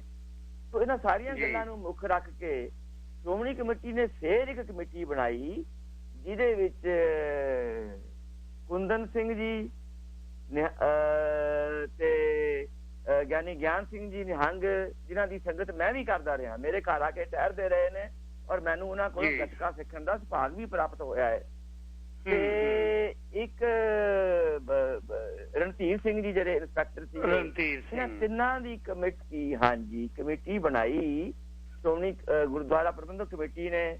ਤੇ ਉਹਨਾਂ ਨੇ ਪੁਰਾਤਨ ਹੱਥ ਲਿਖਤ ਬੀੜਾਂ ਜਿਹੜੀਆਂ ਸਿੱਖ ਰੈਫਰੈਂਸ ਲਾਇਬ੍ਰੇਰੀ ਵਿੱਚ ਉਸ ਵੇਲੇ ਉਪਲਬਧ ਸੀਗੀਆਂ, ਉਹਨਾਂ ਨੂੰ ਦੇ ਖੋਜ ਕੀਤੀ। ਉਸ ਖੋਜ ਦੇ ਆਧਾਰ ਉੱਤੇ ਆਪਣੀ ਲਗਭਗ 800 ਸਫ਼ਿਆਂ ਦੀ ਜਿਹੜੀ ਰਿਪੋਰਟ ਸੀਗੀ, ਉਹ 1976 ਦੇ ਵਿੱਚ ਸ਼੍ਰੋਮਣੀ ਗੁਰਦੁਆਰਾ ਪ੍ਰਬੰਧਕ ਕਮੇਟੀ ਨੂੰ ਸੌਂਪੀ। ਉਹਦੀ ਭੂਮਿਕਾ ਲਿਖੀ ਸਤਿਕਾਰਯੋਗ ਮਰਹੂਮ ਜਥੇਦਾਰ ਗਿਆਨੀ ਕਿਰਪਾਲ ਸਿੰਘ ਜੀ, ਜਿਹੜੇ ਕਿ ਹਰਿਮੰਦਰ ਸਾਹਿਬ ਦੇ ਹੈੱਡ ਗ੍ਰੰਥੀ ਵੀ ਰਹੇ ਸੀਗੇ, ਉਹਨਾਂ ਨੇ ਲਿਖੀ। ਤੇ ਉਹਦੇ ਵਿੱਚ ਡਾਕਟਰ ਸਾਹਿਬ ਇੱਥੇ ਥੋੜਾ ਜਿਹਾ ਸੁਧਾਈ ਜ਼ਰੂਰੀ ਹੈ। 1976 ਸੀ ਜਾਂ 1966 ਦੇ ਵਿੱਚ ਸੀ ਗੁਰਬਾਣੀ ਪਾਠ ਭੇਦ? ਜੀ ਮੈਂ 1966 ਦੇ ਵਿੱਚ ਸੀ ਜੀ ਇਹ ਕਿਤਾਬ। ਨੋ 1976 ਵਿੱਚ ਇਹ ਰਿਪੋਰਟ ਜਿਹੜੀ ਹੈ ਜੀ ਮੇਰੇ ਕੋਲ ਸਾਹਮਣੇ, ਮੇਰਾ ਉਹ ਰਿਪੋਰਟ ਮੈਂ ਖੋਲੀ ਹੋਈ ਹੈ ਜੀ। ਤੇ ਉਹ 76 ਪਰ ਇੱਕ ਕਿਤਾਬ ਗੁਰਬਾਣੀ ਪਾਠ ਭੇਦ 1966 ਦੇ ਵਿੱਚ ਆਉਂਦੀ ਹੈ। ਮੈਂ ਇੱਕ ਮਿੰਟ ਠਹਿਰੋ ਜੀ, ਮੈਂ ਦੁਬਾਰੇ ਜਿਹੜੀ ਹੈ, ਮੈਨੂੰ ਥੋੜਾ ਜਿਹਾ ਭੁਲੇਖਾ ਹੈ ਕਿਉਂਕਿ ਬਹੁਤ ਜ਼ਰੂਰੀ ਹੈ। ਇੱਕ ਡਾਕੂਮੈਂਟ ਹੈ ਜਿਹੜਾ ਦੁਨੀਆ ਦੇ ਆਮ ਜਿਹੜੇ ਸਾਡੇ ਦਰਸ਼ਕ ਨੇ, ਸਰੋਤੇ ਨੇ, ਉਹਨਾਂ ਨੂੰ ਇਸ ਗੱਲ ਦਾ ਗਿਆਨ ਹੋਏਗਾ ਕਿ ਗੁਰਬਾਣੀ ਪਾਠ ਭੇਦ ਜਦੋਂ ਇਹ ਛਪੀ ਸੀ ਤੇ ਸ਼ਾਇਦ ਜਿੱਦ ਤੱਕ ਮੇਰਾ ਅੰਦਾਜ਼ਾ ਕਿਤਾਬ ਉਹ ਮੇਰੇ ਕੋਲ ਵੀ ਪਈ ਸੀ, ਗੁਰਬਾਣੀ ਪਾਠ ਭੇਦ, ਸ਼ਾਇਦ ਇਹ 1966 ਦੇ ਵਿੱਚ ਸੀ। ਮੈਂ ਸਮਝ ਗਿਆ ਜੀ ਤੁਹਾਡਾ ਗੱਲ। ਇੱਕੋ ਵਾਰੀ ਇਹ ਛਪੀ ਸੀ ਜੀ ਇਹ ਗੁਰਬਾਣੀ ਪਾਠ ਇੱਕੋ ਵਾਰੀ, ਬਿਲਕੁਲ ਜੀ। ਸ੍ਰੀ ਗੁਰੂ ਗ੍ਰੰਥ, ਹਾਂ ਮੈਂ ਦੱਸਦਾ ਜੀ, ਸ੍ਰੀ ਗੁਰੂ ਗ੍ਰੰਥ ਦਾ ਇਹਦਾ ਸਿਰਲੇਖ ਸੀਗਾ ਸ੍ਰੀ ਗੁਰੂ ਗ੍ਰੰਥ ਸਾਹਿਬ ਜੀ ਦੀਆਂ ਸੰਥਾ ਸੈਂਚੀਆਂ ਅਤੇ ਪੁਰਾਤਨ ਹੱਥ ਲਿਖਤ ਪਾਵਨ ਬੀੜਾਂ ਦੇ ਪਰਸਪਰ ਪਾਠ ਭੇਦਾਂ ਦੀ ਸੂਚੀ, ਭਾਗ ਪਹਿਲਾ, ਸੰਪਾਦਕ ਸਰਦਾਰ ਰਣਧੀਰ ਸਿੰਘ, ਗਿਆਨੀ ਕੁੰਦਨ ਸਿੰਘ, ਭਾਈ ਗਿਆਨ ਸਿੰਘ ਨਿਹੰਗ, ਪ੍ਰਕਾਸ਼ਕ ਸ਼੍ਰੋਮਣੀ ਸਕੱਤਰ ਸ਼੍ਰੋਮਣੀ ਗੁਰਦੁਆਰਾ ਪ੍ਰਬੰਧਕ ਕਮੇਟੀ ਅੰਮ੍ਰਿਤਸਰ, ਪਹਿਲੀ ਐਡੀਸ਼ਨ ਜਨਵਰੀ 1977। ਓਕੇ, ਠੀਕ ਹੈ। ਇਹਦੀ ਜਿਹੜੀ ਇਹਦੀ ਭੂਮਿਕਾ ਲਿਖੀ ਗਈ ਕਿਰਪਾਲ ਸਿੰਘ ਜੀ ਹਰਗ੍ਰੰਥੀ ਸ੍ਰੀ ਦਰਬਾਰ ਸਾਹਿਬ ਸੀ ਉਸ ਵੇਲੇ। 9/10/1976 ਦੀ ਉਹਨਾਂ ਦੀ ਭੂਮਿਕਾ ਲਿਖੀ ਹੋਈ ਹੈ ਜੀ। ਉਹਦੀ ਕਾਪੀ ਮੇਰੇ ਕੋਲ ਅਵੇਲੇਬਲ ਹੈ ਜੀ। ਤੇ ਉਹ ਇਹ ਰਿਪੋਰਟ ਜਿਹੜੀ ਸਾਰੀ ਫਿਰ ਉਹਨਾਂ ਨੇ ਜੀ 1 2 3 4 5 6 7 8 ਖਾਨੇ ਬਣਾ ਕੇ ਉਹਨਾਂ ਨੇ ਇਹ ਰਿਪੋਰਟ ਜਿਹੜੀ ਆ ਫਿਰ ਛਾਪ ਦਿੱਤੀ ਸ਼੍ਰੋਮਣੀ ਗੁਰਦੁਆਰਾ ਪ੍ਰਬੰਧਕ ਕਮੇਟੀ ਨੇ ਜੀ। ਤੇ ਉਹਦੇ ਵਿੱਚ ਉਹਨਾਂ ਨੇ ਜਿਵੇਂ ਹੁਣ 2 ਨੰਬਰ ਦੇ ਉੱਤੇ ਦਿੱਤਾ ਹੋਇਆ ਜੀ ਜਿਹੜਾ ਅਸ਼ੁੱਧ ਪਾਠ ਸੀਗਾ ਉਹ ਦਿੱਤਾ ਦੇਦਾ ਦੇ ਲੈਦੇ ਥੱਕ ਪਾਏ, ਤੇ ਉਹਨਾਂ ਨੇ ਪੁਰਾਤਨ ਬੀੜਾਂ ਵਿੱਚੋਂ ਲੱਭਿਆ ਵੀ ਉੱਥੇ ਬਿੰਦੀ ਲੱਗੀ ਹੋਈ ਆ, ਦੇਂਦਾ ਤੇ ਲੈਂਦੇ ਦੇ ਉੱਤੇ ਉਹਨਾਂ ਨੇ ਬੀੜ ਦਾ ਨੰਬਰ ਵੀ ਦਿੱਤਾ ਹੋਇਆ, ਉਹਦਾ ਬੀੜ ਦਾ ਅੰਕ ਵੀ ਦਿੱਤਾ ਹੋਇਆ, ਪਤਲਾ ਵੀ ਦਿੱਤਾ ਹੋਇਆ, ਉਹ ਸਾਰਾ ਕੁਝ ਡਿਟੇਲ ਤੁਹਾਨੂੰ ਸਾਰਿਆਂ ਨੂੰ ਪਤਾ ਹੈ, ਉਹ ਤੋਂ ਪਾਠਕ ਵੇਖ ਸਕਦੇ ਨੇ। ਉਸ ਤੋਂ ਬਾਅਦ ਪਰ ਇਹਦੇ ਉੱਤੇ ਆਪਾਂ ਜਾਣਕਾਰੀ ਸਾਂਝੀ ਕਰੀਏ ਪਾਠਕਾਂ ਨਾਲ, ਸਰੋਤਿਆਂ ਨਾਲ, ਵੀ ਇਹਦੇ ਉੱਤੇ ਸ਼੍ਰੋਮਣੀ ਗੁਰਦੁਆਰਾ ਪ੍ਰਬੰਧਕ ਕਮੇਟੀ ਨੇ ਕੋਈ ਅਮਲ ਨਹੀਂ ਕੀਤਾ। ਤੇ ਮੈਨੂੰ ਤਾਂ ਇੱਥੋਂ ਤੱਕ ਵੀ ਪਤਾ ਲੱਗਿਆ ਵੀ ਜਦੋਂ ਇਹ ਪਾਠਕਾਂ ਨੇ ਇਹਦੇ ਤੇ ਕਿਹਾ ਵੀ ਇਹਦੀ ਹੁਣ ਤੁਸੀਂ ਸੁਧਾਈ ਕਰੋ, ਤਾਂ ਸ਼੍ਰੋਮਣੀ ਗੁਰਦੁਆਰਾ ਪ੍ਰਬੰਧਕ ਕਮੇਟੀ ਨੇ ਜਿਹੜੀਆਂ ਉਹਨਾਂ ਕੋਲ ਇੱਕ ਪੁਸਤਕ ਦੀਆਂ ਸੀਗੀਆਂ 500 ਕਾਪੀ ਛਪੀ ਸੀ ਜੀ, ਇਹ ਬਹੁਤ ਸਾਰੀਆਂ ਕਾਪੀਆਂ ਸਾੜ ਦਿੱਤੀਆਂ ਉਹਨਾਂ ਨੇ ਜੀ। ਹਾਂ 500 ਕਾਪੀ, ਬਹੁਤ ਸਾਰੀਆਂ ਕਾਪੀਆਂ ਜੋ ਸਾੜ ਦਿੱਤੀਆਂ, ਪਰ ਫਿਰ ਵੀ ਕੁਝ ਵਿਦਵਾਨਾਂ ਨੇ ਇਹਦੀਆਂ ਕਾਪੀਆਂ ਸੰਭਾਲ ਲਈਆਂ ਸੀਗੀਆਂ, ਤੇ ਇੱਕ ਕਾਪੀ ਹੁਣ ਜਿਹੜੀ ਆ ਪੰਜਾਬ ਡਿਜੀਟਲ ਲਾਇਬ੍ਰੇਰੀ ਦੇ ਉੱਤੇ ਹੀ ਉਹਨਾਂ ਨੇ ਪਾਈ ਹੋਈ ਆ, ਪਾਠਕ ਉੱਥੋਂ ਇਹਨੂੰ ਸਰੋਤੇ ਪਾਠਕ ਇਹਨੂੰ ਉੱਥੋਂ ਪੜ੍ਹ ਸਕਦੇ ਨੇ। ਖੈਰ ਉਸ ਤੋਂ ਆਪਾਂ ਅੱਗੇ ਚੱਲੀਏ ਅਗਲੀ ਘਰ।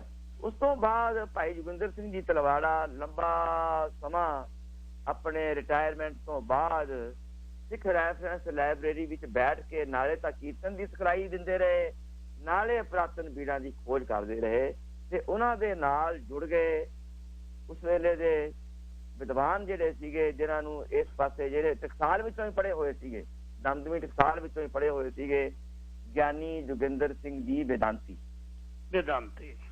ਜੀ। ਜਦੋਂ ਪ੍ਰੋਫੈਸਰ ਮਨਜੀਤ ਸਿੰਘ ਜੀ ਆਪਣੇ ਜਥੇਦਾਰ ਦੀ ਪਦਵੀ ਉੱਤੇ ਦਾ ਚਾਰਜ ਲੈਂਦੇ ਨੇ, ਤਾਂ ਉਹਨਾਂ ਨੇ ਵੀ ਇਸ ਗੱਲ ਨੂੰ ਮਹਿਸੂਸ ਕੀਤਾ ਵੀ ਗੁਰੂ ਗ੍ਰੰਥ ਸਾਹਿਬ ਵਿੱਚ ਅਤੇ ਉਹਨਾਂ ਦੀਆਂ ਪੁਸਤਕਾਂ ਜਿਹੜੀਆਂ ਛਪੀਆਂ ਨੇ ਸ਼ਬਦਾਰਥ ਦੀਆਂ ਚਾਰ, ਉਹਨਾਂ ਦੋਨਾਂ ਵਿੱਚ ਕਾਫੀ ਅੰਤਰ ਹੈਗਾ, ਤੇ ਗੁਟਕੇ ਜਿਹੜੇ ਨੇ ਛਾਪੇ ਜਾਂਦੇ ਨੇ ਸ਼੍ਰੋਮਣੀ ਕਮੇਟੀ ਵੱਲੋਂ, ਉਹਨਾਂ ਵਿੱਚ ਵੀ। Please enter the number you wish to call. Doctor ਸਾਹਿਬ ਦਾ ਸੰਪਰਕ ਟੁੱਟ ਗਿਆ, ਦੁਬਾਰਾ ਡਾਕਟਰ ਸਾਹਿਬ ਨਾਲ ਫੋਨ ਮਿਲਾਉਨੇ ਆ, ਵਪਾਰਕ ਸੰਦੇਸ਼ ਲੈਣੇ ਆ, ਤੇ ਨਾਲ ਦੀ ਨਾਲ ਮੇਰੇ ਨਾਲ ਪ੍ਰੋਗਰਾਮ ਦੇ ਵਿੱਚ ਸ਼ਾਮਲ ਹੋਣਗੇ ਸਰਦਾਰ ਸਰਬਜੀਤ ਸਿੰਘ ਸੈਕਰਾਮੈਂਟੋ। ਥੋੜੀ ਦੇਰ ਬਾਅਦ ਪਹਿਲਾਂ ਬ੍ਰੇਕ ਲੈ ਲਈਏ, ਡਾਕਟਰ ਓਂਕਾਰ ਸਿੰਘ ਉਹਨਾਂ ਦੇ ਨਾਲ, ਕਿਉਂਕਿ ਜਿਹੜੀ ਗੱਲ ਡਾਕਟਰ ਓਂਕਾਰ ਸਿੰਘ ਹੁਣੀ ਦੱਸ ਰਹੇ ਨੇ ਬੜੀ ਅਹਿਮ ਜਾਣਕਾਰੀ ਹੈ, ਨਾ ਤਾਂ ਤੁਹਾਨੂੰ ਸ਼੍ਰੋਮਣੀ ਕਮੇਟੀ ਨੇ ਦੇਣੀ ਹੈ, ਨਾ ਕਿਸੇ ਗੁਰਦੁਆਰੇ ਦੇ ਗ੍ਰੰਥੀ ਤੋਂ ਮਿਲਣੀ ਹੈ, ਨਾ ਕਿਸੇ ਪ੍ਰਚਾਰਕ ਨੇ ਦੱਸਣੀ ਹੈ, ਇਹ ਵਿਦਵਾਨਾਂ ਦਾ ਕੰਮ ਹੈ।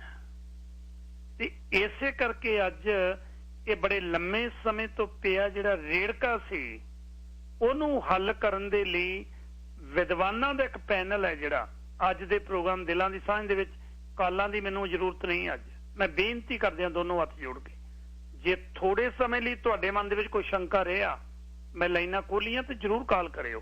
ਪਹਿਲਾਂ ਇੱਕ ਬ੍ਰੇਕ, ਡਾਕਟਰ ਓਂਕਾਰ ਸਿੰਘ ਉਹਨਾਂ ਨੂੰ ਵਾਪਸੀ ਕਾਲ ਕਰ ਰਹੇ ਹਾਂ, ਤੇ ਨਾਲ ਸਰਦਾਰ ਸਰਬਜੀਤ ਸਿੰਘ ਸੈਕਰਾਮੈਂਟੋ ਕੁਝ ਸਮੇਂ ਬਾਅਦ 9:30 ਵਜੇ ਤੋਂ ਬਾਅਦ ਸ਼ਾਮਲ ਹੋਣਗੇ ਜੀ।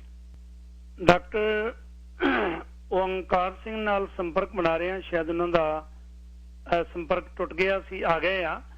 ਡਾਕਟਰ ਸਾਹਿਬ, ਜਿੱਥੇ ਇੱਕ ਗੱਲ ਰੋਕੀ ਸੀ, ਤੁਸੀਂ ਜ਼ਿਕਰ ਕਰ ਰਹੇ ਸੀ, ਬਿਲਕੁਲ ਉੱਥੋਂ ਹੀ ਆਪਾਂ ਸ਼ੁਰੂ ਕਰਦੇ ਹਾਂ, ਕਿਉਂਕਿ ਸੰਪਰਕ ਤੁਹਾਡਾ ਟੁੱਟ ਗਿਆ ਸੀ ਜੀ। ਜੀ ਡਾਕਟਰ ਸਾਹਿਬ, ਮੈਨੂੰ ਯਾਦ ਕਰਾਇਆ ਕਿੱਥੇ ਤੱਕ ਗੱਲ ਪਹੁੰਚੀ ਸੀ? ਹਾਂਜੀ, ਆਪਾਂ ਗੱਲ ਕਰ ਰਹੇ ਸੀ ਕਿ 1977 ਦੇ ਵਿੱਚ ਜਦੋਂ ਗਿਆਨੀ ਕੁੰਦਨ ਸਿੰਘ, ਗਿਆਨ ਸਿੰਘ ਨਿਹੰਗ ਤੇ ਭਾਈ ਰਣਧੀਰ ਸਿੰਘ ਉਹਨਾਂ ਵੱਲੋਂ ਗੁਰਬਾਣੀ ਪਾਠ ਭੇਦ ਕਿਤਾਬ ਲਿਖੀ ਗਈ, ਤੇ ਉਹਦੇ ਵਿੱਚ ਜ਼ਿਕਰ ਕਰ ਰਹੇ ਸੀ ਕਿ ਚੰਗਿਆਈਆਂ ਬੁਰਿਆਈਆਂ ਵਾਚ ਧਰਮ ਹਦੂਰ, ਚੰਗਿਆਈਆਂ ਦੇ ਨਾਲ ਵੀ ਬਿੰਦੀ ਸੀ, ਬੁਰਿਆਈਆਂ ਦੇ ਨਾਲ ਵੀ ਬਿੰਦੀ ਸੀ। ਇਹ ਬਾਅਦ ਦੇ ਵਿੱਚ ਕਿਵੇਂ ਇੱਕਦਮ ਅਲੋਪ ਹੋ ਗਈਆਂ, ਇਹ ਥੋੜੀ ਜਿਹੀ ਗੱਲ ਇਸ ਤੋਂ ਅੱਗੇ ਸ਼ੁਰੂ ਕਰੀਏ ਜੀ। ਹਾਂਜੀ, ਮੈਂ ਜ਼ਿਕਰ ਕਰ ਰਿਹਾ ਸੀ ਦੇਂਦਾ ਦੇ ਲੈਂਦੇ ਥੱਕ ਪਾਏ, ਇਹਦਾ ਜ਼ਿਕਰ ਉਹਨਾਂ ਨੇ ਕੀਤਾ। ਹੋਰ ਜਗ੍ਹਾ ਤੇ ਵੀ ਸਾਰਾ 800 ਪੰਨਿਆਂ ਦੀ ਇਹ ਕਿਤਾਬ ਆ ਜੀ, ਉਹਨਾਂ ਨੇ ਜ਼ਿਕਰ ਕੀਤਾ।